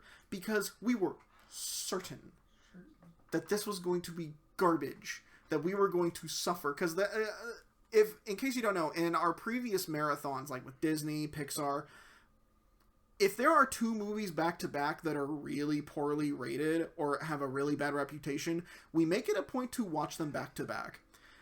The good old double feature of suffering and pain. It's more fun that way. It's what we did with Home on the Range and Chicken Little. We did it for Brave. I think it was Brave and the Good Dinosaur, or it was like Cars 2 and or something like that. It was. I'm actually gonna check which ones were technically back-to-back there. But yeah, okay, so like Josh said, Spirit Untamed, everything we thought it was going to be. Garbage. Bad movie. Boss Baby 2 is amazing. And I'm so confused. It's like with the Trolls movies. It's like, well, wait a minute. No. I was supposed to hate you. Why are you making me like you? Why are you good? You don't have any right to be good. Oh my god, what's wrong with me? And then we have Boss Baby 2, which is not only a better movie than Boss Baby 1, which is an okay movie. It's one of the best movies in this marathon. How? Why? You were going to say something? Yes, quick point. Brave and Good Dinosaur are not back-to-back, so it was either Cars 2 and Brave or Brave and Monsters University. I think it was Cars 2. Anyways. But continue. The movie is funny, which the first movie only had a few actually good laughs in it. It overall just wasn't that funny. This movie is consistently hilarious because it doesn't give a shit. It's a Looney Tunes cartoon on fucking crack cocaine. There is an entire sequence where they are chasing after a school bus in like a toy car, and they are like fucking demolishing the city while they're doing it. Like, there are things exploding and catching on fire the whole time, with a little boy and a baby in a little car thing. During that section, there is a scene of a guy watching Spirit in 3D, and they just break through the screen and destroy it, and I know that was cathartic for you. It was very cathartic for me. I was so happy. It's consistently so entertaining. The energy, the consistency. The villain is, to describe him, it is the principal of this, like, school for kids, as opposed to the school for adults, but, you know. He is this for this, like, super special school for, like, gifted children, and he's voiced by Jeff Goldblum. You know, he's, like, this really tall, Albert Einstein-looking fucker, and then you find out that he is actually a baby in a robot like, suit to make him look like an adult. And this baby has, like, this, like, constant sugar addiction. Like, you constantly see him, like, munching down on, like, sweets or, like, drinking soda. There's parts where he literally just eats sugar from a bag Yeah, like there it's was, fucking popcorn. Yeah. And he's still voiced by Jeff Goldblum as this tiny, almost adorable fat baby. He's fucking amazing. The sheer just insanity. There is a scene where Alec Baldwin baby is trapped with the dumbass kids, and there's like this one kid who's like, she's like got this really pale ashy skin, like red hair. She looks like something out of the Addams Family, and she creeps up behind people. She's like, don't look at me, or like, a pretty pony, you know. It's like, what the fuck am I looking at? Then there's like a scene where he's trying to escape this room, which is like, it's like the sunshine room, or what is it, the caterpillar room? The caterpillar room, I think, from Toy Story 3. and he gets up on this pedestal. He's like, all right, babies, who wants to play Shawshank? I laughed so fucking hard. I died. And the babies are all looking at him like, what are you talking about? And it was so funny.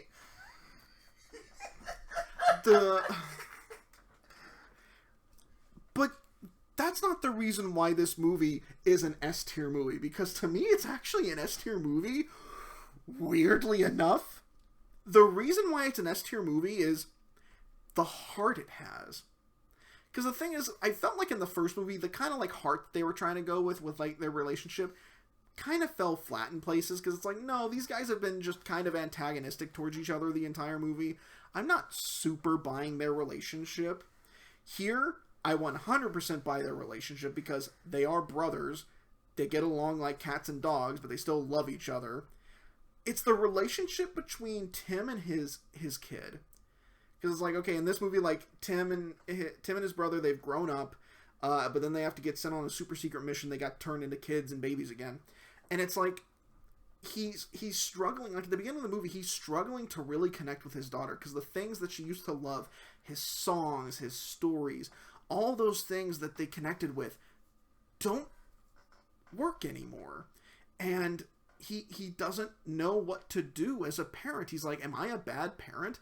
Am I a bad father? Because, like, she's drifting away from me and I don't know what to do. And then, like, when he turns into a kid and he kind of gets to know her, like, her life in school, and she kind of opens up with him, and, like, just the stress she's under that he didn't see because, you know, as they say, like, he's kind of off in his own little world. He's always inside his own head. And, like, just the amount of stress she is under, and that he's not supporting her. And, like, the way that comes together at the end actually got me a little emotional, where it's like, damn, Boss Baby 2 almost made me cry. I think it made you cry. I'm not sure if it did. It got me really close. We both got close. To my infinite surprise! And it was like, there is a surprising amount of maturity and just really well-written character, like, connections here. It's like, this is Boss Baby 2. What the fuck? So it is a very confused but also earned S tier? What do you think? I mean, I can't argue with that. I would say the same shit. I don't know if it's quite as clever as the first movie with that sense of none of this is actually happening. I think it's still there. They still talk about how Tim has an overactive imagination. He keeps imagining that his Gandalf clock is still alive. They do talk about, like, oh yeah, Tim time. He's like, what the fuck is Tim time? Oh yeah, you know, like, he never really pays attention to things. Like, he's very frequently late. There's this thing called reality, and he's not really connected to it. And there's a fucking line where his parents say goodbye to the kid, which is him. They're like, yeah, kid, I didn't like him. Which I got a big laugh out of me, too. The idea that he is seeing how he can't connect with his daughter, and that she's growing up too fast, and it's because of this school, it's because of their curriculum. And wouldn't you know it, the exact night that he comes up with that realization, oh, that's when he has to now become a baby and save the world from this evil school. And I was like, that makes a lot of sense to me. It's like, there's kind of some of the cleverness. In some ways, it feels like they're making it more apparent that, like, no, this shit is actually happening, because, like, both his kids are in on it, his brother is in on it again, and whatnot, and so in that way, I don't like it quite as much as the first one, but in literally every other way, it's better. It's so fucking funny. The scene with the creepy red-haired girl, scaring the shit out of the baby ninjas, because that's a thing in this movie, and it's framed like a genuine horror scene, made me laugh really hard. So in the first movie, the very emotional song is a cover of Blackbird by the Beatles, which is a great fucking song, and I love it. In this movie, it's a Cat Stevens song. It's If You Want to Sing Out, which I know and love from Harold and Maude. Like, Oh, I really like this scene. This is wonderful. The relationship between the brothers is funny. It's believable. The relationship between him and his daughter is really sweet. The relationship with his baby daughter is sweet and funny. Like, she's consistently really funny throughout the movie. The scene where he is talking to his parents and they tell him about Tim Time and shit, that's funny. But then when his brother walks in, they're like, oh yeah, but like, do you remember when they were kids and they were so fucking inseparable? Like, yeah, Ted used to always follow Tim around. He was his idol. He was the most important person in the world to him. And then they just kind of went their separate ways, and it's really sad. And then the brothers are just hearing their parents talk about what happened to their relationship, and they're like, huh, we really did just grow our separate ways, and it's really shitty that we did that because he's still my brother and he means the world to me. There's I like even the way that they get Ted to show up, which first off, his line where he's like, I don't do Christmas on the 25th, made me laugh really hard. I don't, like, that just sounds like something a super busy businessman would say, and I loved it. But it's, how did they get him over there? Well, one, his baby daughter essentially, like, makes this really janky voicemail about how the older daughter got injured and, you know, Ted has to show up. But it's the fact that Ted showed up. He's like, oh, I'm super busy, I can't come. You mean my niece is, like, hurt? I'm gonna drop everything and make sure she is okay. I know my brother and I haven't seen each other in a while. We don't really talk much anymore. But apparently he needs my help and his kid needs me. I am fucking there. There is a very strong emphasis on family in this movie, and I buy it. It's so sweet. It's so funny. It's so batshit insane. And I was down the entire time. Jeff Goldblum, baby. There is a Jeff Goldblum baby. He does eat a lot of sugar. I fucking loved it. I thought this is where How to Train Your Dragon 3 would be. I thought that's where Boss Baby 2 would be, but I live in a world where that's reversed. Yeah, it's weird. Speaking of weird, so it's the bad guys. It's a C-tier movie. Yeah, it's a kind of okay. It's alright. Like, the more I think about it, because I had put it as a B-tier movie before, and then I'm like, you know, this movie, this idea of like, oh yeah, you know, we're bad guys because people see the animals we are, and so they think we're bad, so we do it. I'm like, guys, I saw Zootopia. It's my favorite Disney movie. I saw the first Shrek movie about how, you know, all people see is a big, stupid, ugly ogre. I saw Megamind, a movie about bad guys trying to become more like a good guy because being good feels good. Like, I've seen... You've done it before and better. Like, you guys have done it better and other companies have done it better. Now it's a heist movie, and I love heist movies. Everyone's super Okay, I have to put it in B tier because of how much I fucking love heists. Because, like, here's the thing. I love the heist thing. I love the suaveness, but I also love the ending where Snake's like, oh yeah, so here's what I was doing, and this is how I thoroughly fucked over the villain. That was great. That was hilarious. The governor character's really funny. The villain, I think, is very entertaining with just how sickeningly sweet he is and how it's very clearly to an audience member all bullshit, which just makes it fun.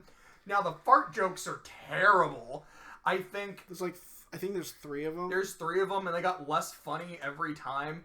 So I didn't think the piranha was that funny. I didn't think they really did a whole lot with the spider. Like, when she's hacking and shit, it's cool, but there's not really much to her aside from that. The shark was pretty funny. The joke when the shark... I'm having a baby! When the shark showed up at the lab and was like, hey, son, it's time we played that game of catch. That had me howling. Like, that was really funny.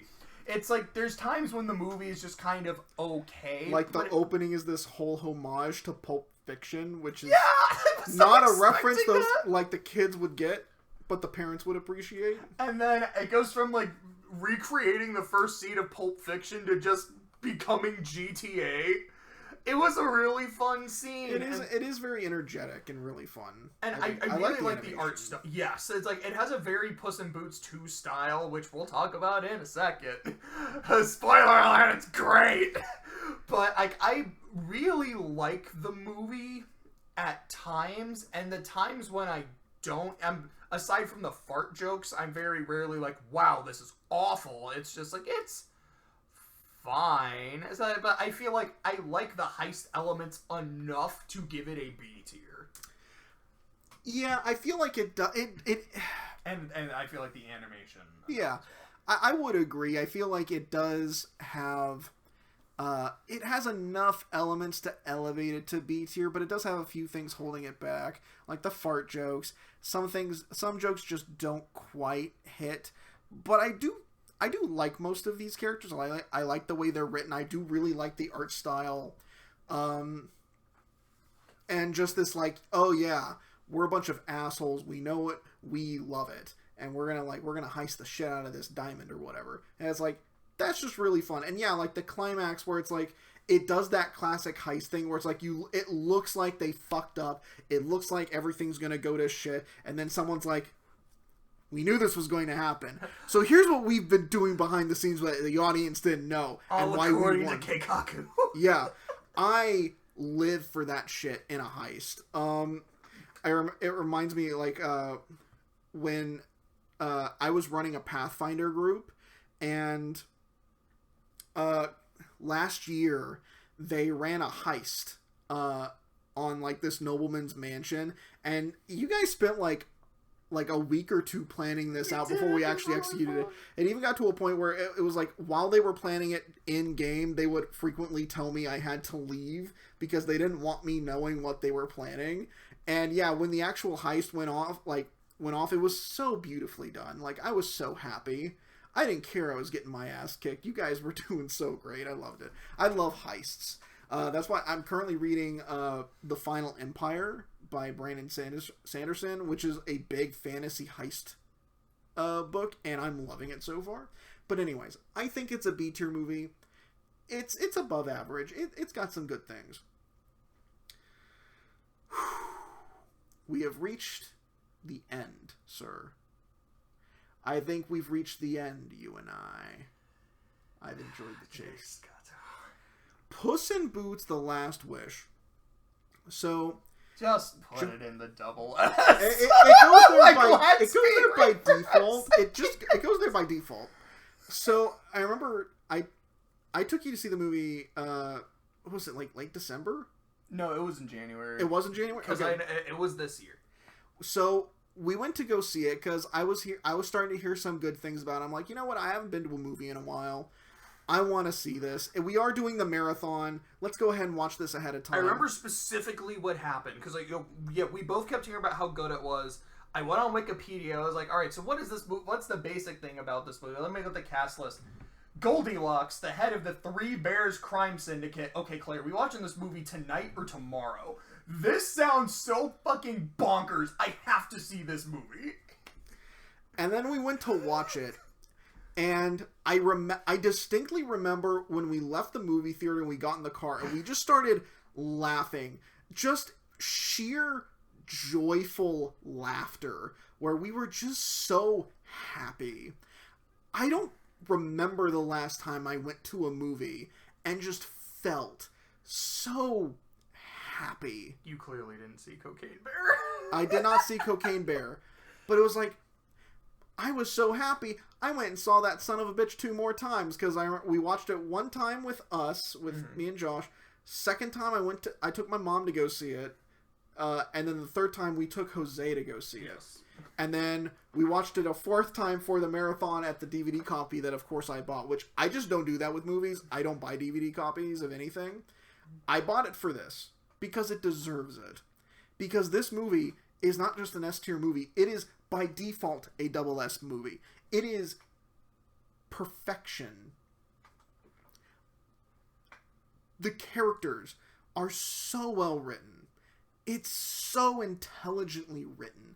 And I love that it doesn't have to point out every little thing. Like, there are occasional times where, like, it will point out something that's a little obvious, like you gotta stop and smell the roses, you know, take your time, it was like, okay, fine. But it was like, there's so many little clever things, like when Puss in Boots, when Puss is at the bar after realizing he's on his last life, and he has 8 shot glasses and he's about to drink his 9th one, and then in comes the wolf. The wolf is so fucking cool. And I mean, it's death itself as the big bad wolf. He's so cool. It's so flippant. Yeah, so flippant. What I really love about the movie is that, yeah, there are multiple antagonists, and they all have different things. It's like Goldilocks is the more sympathetic antagonist, who it's like you kind of get why she's doing what she's doing, and there's enough comedic elements to her that makes you not really not like her. And the three bears, it's like, I love how like they introduce the bears and they're like these really intimidating growly guys, and then when they like invade like Mama Luna's house, and they're like, all right, Papa Bear, rough her up. And he's growling, he's getting slow. He's like, excuse me, ma'am, we're looking for the legendary Puss in Boots. And it's like, oh, that's such a subtle little thing, but I love it. Then you have Death, who is this force of nature antagonist who really can't be reasoned with. He is just this ever-present force that is one step behind Puss, that is constantly on his tail. Then you have Big Jack Horner, who in any other movie would be my favorite character, but this movie is full of nothing but bangers. But he is still so funny because he is the irredeemable scumbag. And something I've been finding lately is, while I do really like sympathetic antagonists or antagonists who have those kind of like empathetic qualities about them, as I learned with Emperor Bellows from Owl House, I just love pieces of shit. These irredeemable monsters who are still just kind of entertaining to watch. It's like, Big Jack Horner is such an evil bastard. He's like, you're not really going to shoot a puppy, are you, Jack? Yeah, in the face. Why? He's such a dog-kicking piece of shit. Like, there's the Doobus Goobus video where he's like, basically he's making fun of just how evil he is. He's like, yes, I love eating puppies. Live puppies, specifically. He's so entertaining. Everything about this movie works so well. It's beautifully paced. It's beautiful the way it uses frame skipping and action scenes to make you remember every single frame of animation. The beautiful art style, the music. Oh my god. It has been so long since I've sat down and watched a movie and I went, okay, that's my favorite movie. Okay, there we go. Now, I don't think this is my favorite movie, clearly. I mean, there's still a few contenders on this list, but that like in movie dumb everywhere, there's still a few contenders for my favorite movie. But this is up there. And it's like, well played, DreamWorks. You made, honestly, I think you made a movie that's better than like 99% of Disney's entire animated catalog. Fucking well done. You've come a long way from being those mean-spirited assholes who made a Bug's Life parody before that movie even came out. But what about you, sir? I remember when we got out of the theater the first time. I have to specify the first time. And I asked you, what do you think of this movie? Like, what's your tier? And you're like, oh, it's S tier. It's an easy S tier. I remember asking you, really? That low? Yeah? And then as we went through the marathon, because at that point, I think we were on like Shark Tale. Like, it was pretty early on. As we kept watching movies, I was like, okay, all right, this one, like Shrek 2, that's a movie I really love. Prince of Egypt, that's a movie I really love. Those are contenders for my double S. Oh, fuck, Kung Fu Panda's incredible. That hits me in such a personal way. Excuse me, like, oh man, this one's a contender, this one's a contender. Is Puss in Boots really the king? And then when I rewatched it the third time, which was for the part during the marathon, I'm like, yeah, it is. I feel like some of these movies, like when I look at a lot of my S tiers, these are movies, and Boss Baby 2 was the only one on that list I've only seen one time. The others I've watched at least twice. I think most of them at least thrice. And for the most part, with the exception of Kung Fu Panda, they stay about the same every time I watch them. They're still really good. Kung Fu Panda has gotten better every time I've seen it because I've appreciated it more.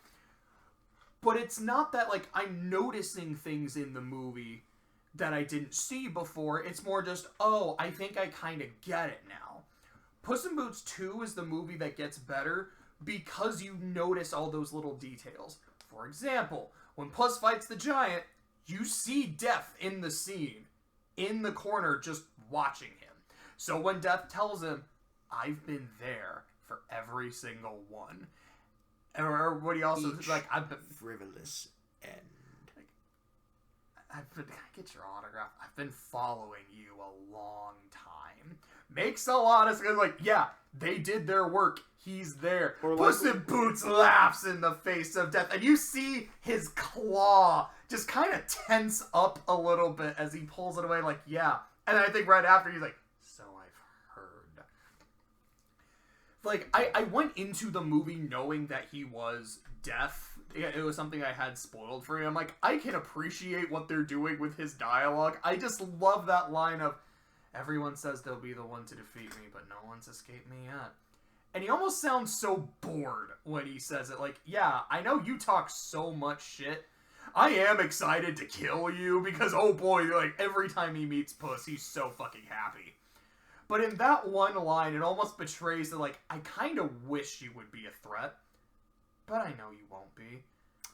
You're not living up to the legend, Gato. Slow, sloppy, sad. This man, he's so quotable. He's so fucking quotable. Like, oh gosh, Puss in Boots laughs in the face of death, right? I love the fucking scene when they're escaping Horner, and then they, like, kick off the gold, like, Puss in Boots is like, dude, you almost solid. And then when Death is whistling, he puts the coins on his eyes like he's being sent off in a Greek ritual and just, I see you, like, I'm after you. I fucking love it. Just him trolling Puss the entire movie. And I love that he does not show up at all at Mama Luna's. Because that is when Puss felt at his most vulnerable. There was none of that, I am immortal, like, being super cocky. And at that point, I think Death was like, oh, I know exactly where you are. I'm Death. I know where everyone is. But honestly, you wasting away in that thing is, yeah, that works for me. He's like, you know what? Do it. Like, oh, there's nothing fun if I kill you there. That's what you deserve. But when you come out, because we both know you will, I will be there. Pick it up. All, like, the fucking skull image. Like, gosh, I fucking love the scene when he's running in the woods, and then you just see, like, the couple trees, like, resembling his eyes, and the laughter just carries. When they're in the Cave of Souls, and he's just killing all of his lives again, while just talking mad shit the entire time. Their final boss battle as they're, like, surrounded by fire, and then... I always love that one shot where, like, it goes behind the flame and you just see their silhouette. It's like, oh, the cinematography. It's immaculate. It is, and it does get better every time I see it. Now, yes, Horner's fucking funny. I love that there's a point in the movie where he clearly just starts trolling the cricket. The Jimmy Stewart cricket. I'm your conscience. I laughed so hard when he first started talking. He was like, that is... They're just giving him a Jimmy Stewart impression. I don't even know why. This is so fun. I could be wrong. I think the guy that voices the cricket is the guy that voices Rumpelstiltskin. Just doing a Jimmy Stewart. Fuck, what is Horner's line? He's like, oh, I didn't have much growing. I'm just a loving family, a mansion, a business to inherit, useless crap like that. And then he just looks over at the cricket to see his reaction. It's like that part is when he's just starting to actively troll him. And you're horrible. You're an irredeemable monster. Whoa, fucking dick. That's my favorite parody of that scene. I don't even know what it's called. Fuck, what's the line that triggers that? Oh, you know what they say, can't bake a pie without pie. Can't bake a pie without losing a dozen men. But he's fucking funny. Goldilocks and the Bears. It's very funny. It's very sweet. I remember getting really emotional the first time I saw it. I think Kitty in the first movie is fine. She is like an aggressively okay character. She's so good here. I think she's funny. I think she's badass. I love her relationship with Puss. I love how she trolls him about Santa Coloma the entire movie and then is like, oh yeah, I didn't show up either. Which, having watched it a third time, I'm not sure if she's telling the truth when she says she didn't show up, or if this is kind of her way of forgiving Puss and being willing to move on. Like, no. She showed up.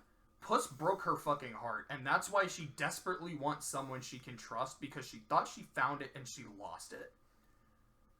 But she's rediscovered it now that he's, like, gone through his character arc. And I really like that interpretation just as much as I love her fucking trolling him. Perito is so fucking funny! Like, I definitely thought he was gonna be a little too nice and annoying at first. And I was like, no, he's growing on me. Oh, this is getting really funny. Oh, this is getting really funny. And I like that he does actually work as a therapy dog for Puss when he needs it. It's a really heartwarming scene. And, like, the movie is so good at being consistently entertaining, consistently heartwarming, or consistently just badass. It's perfect. And it just gets better when I watch it because I realize more details. I did not know that when Goldilocks opens up her fairy tale book, the first letter of each line spells out, "You already have it." That's so fucking cool! I love little details like that, man. It's just, holy shit. I mean, we saved the best for last. I mean, we didn't save it for last. We watched it ahead of time. But it really is impressive that in it, they're more than 20 years working on movies. All of the fantastic movies that they have made. Number 43 is king. Number 43 is king. And we can only hope that they continue. You know? I am all for high quality entertainment. But yeah, so that's our list. Overall, more good than bad. Which, honestly... more B tiers than anything else. More B tiers than anything. So more above average, you know? Quite a few A tiers, a good chunk of S tier movies. It does have more than a handful of mid tier movies, and it does have a good share of stickers. It just feels wrong seeing two movies in bottom of the fucking barrel. But they both earned it. Yeah, which is impressive. Do I really have How to Train Your Dragon in the bottom? Yes. I think I do. Yes, you do. After the rant you just went on, it is bottom of the fucking barrel. It's okay. They both can share. They deserve each other. But yeah. God, how long have we been talking? I feel like we've been talking for like 3 hours now. It's been more than that. How's it? When did we start? Like before 8. It's 11:35. That's what I was afraid of. Oh my gosh, it's like a 6-hour video. Yeah, what did you say? 2 hours? I thought it would only take like 2 hours. Little did I know How to Train Your Dragon 3 was going to take me 45 minutes. I think it really did, actually. Holy shit. But I think I have said everything that I want to say. Yeah, I have too. I need to go to bed soon. Well, hope you all have a good night. Hope you all enjoyed the video. Bye.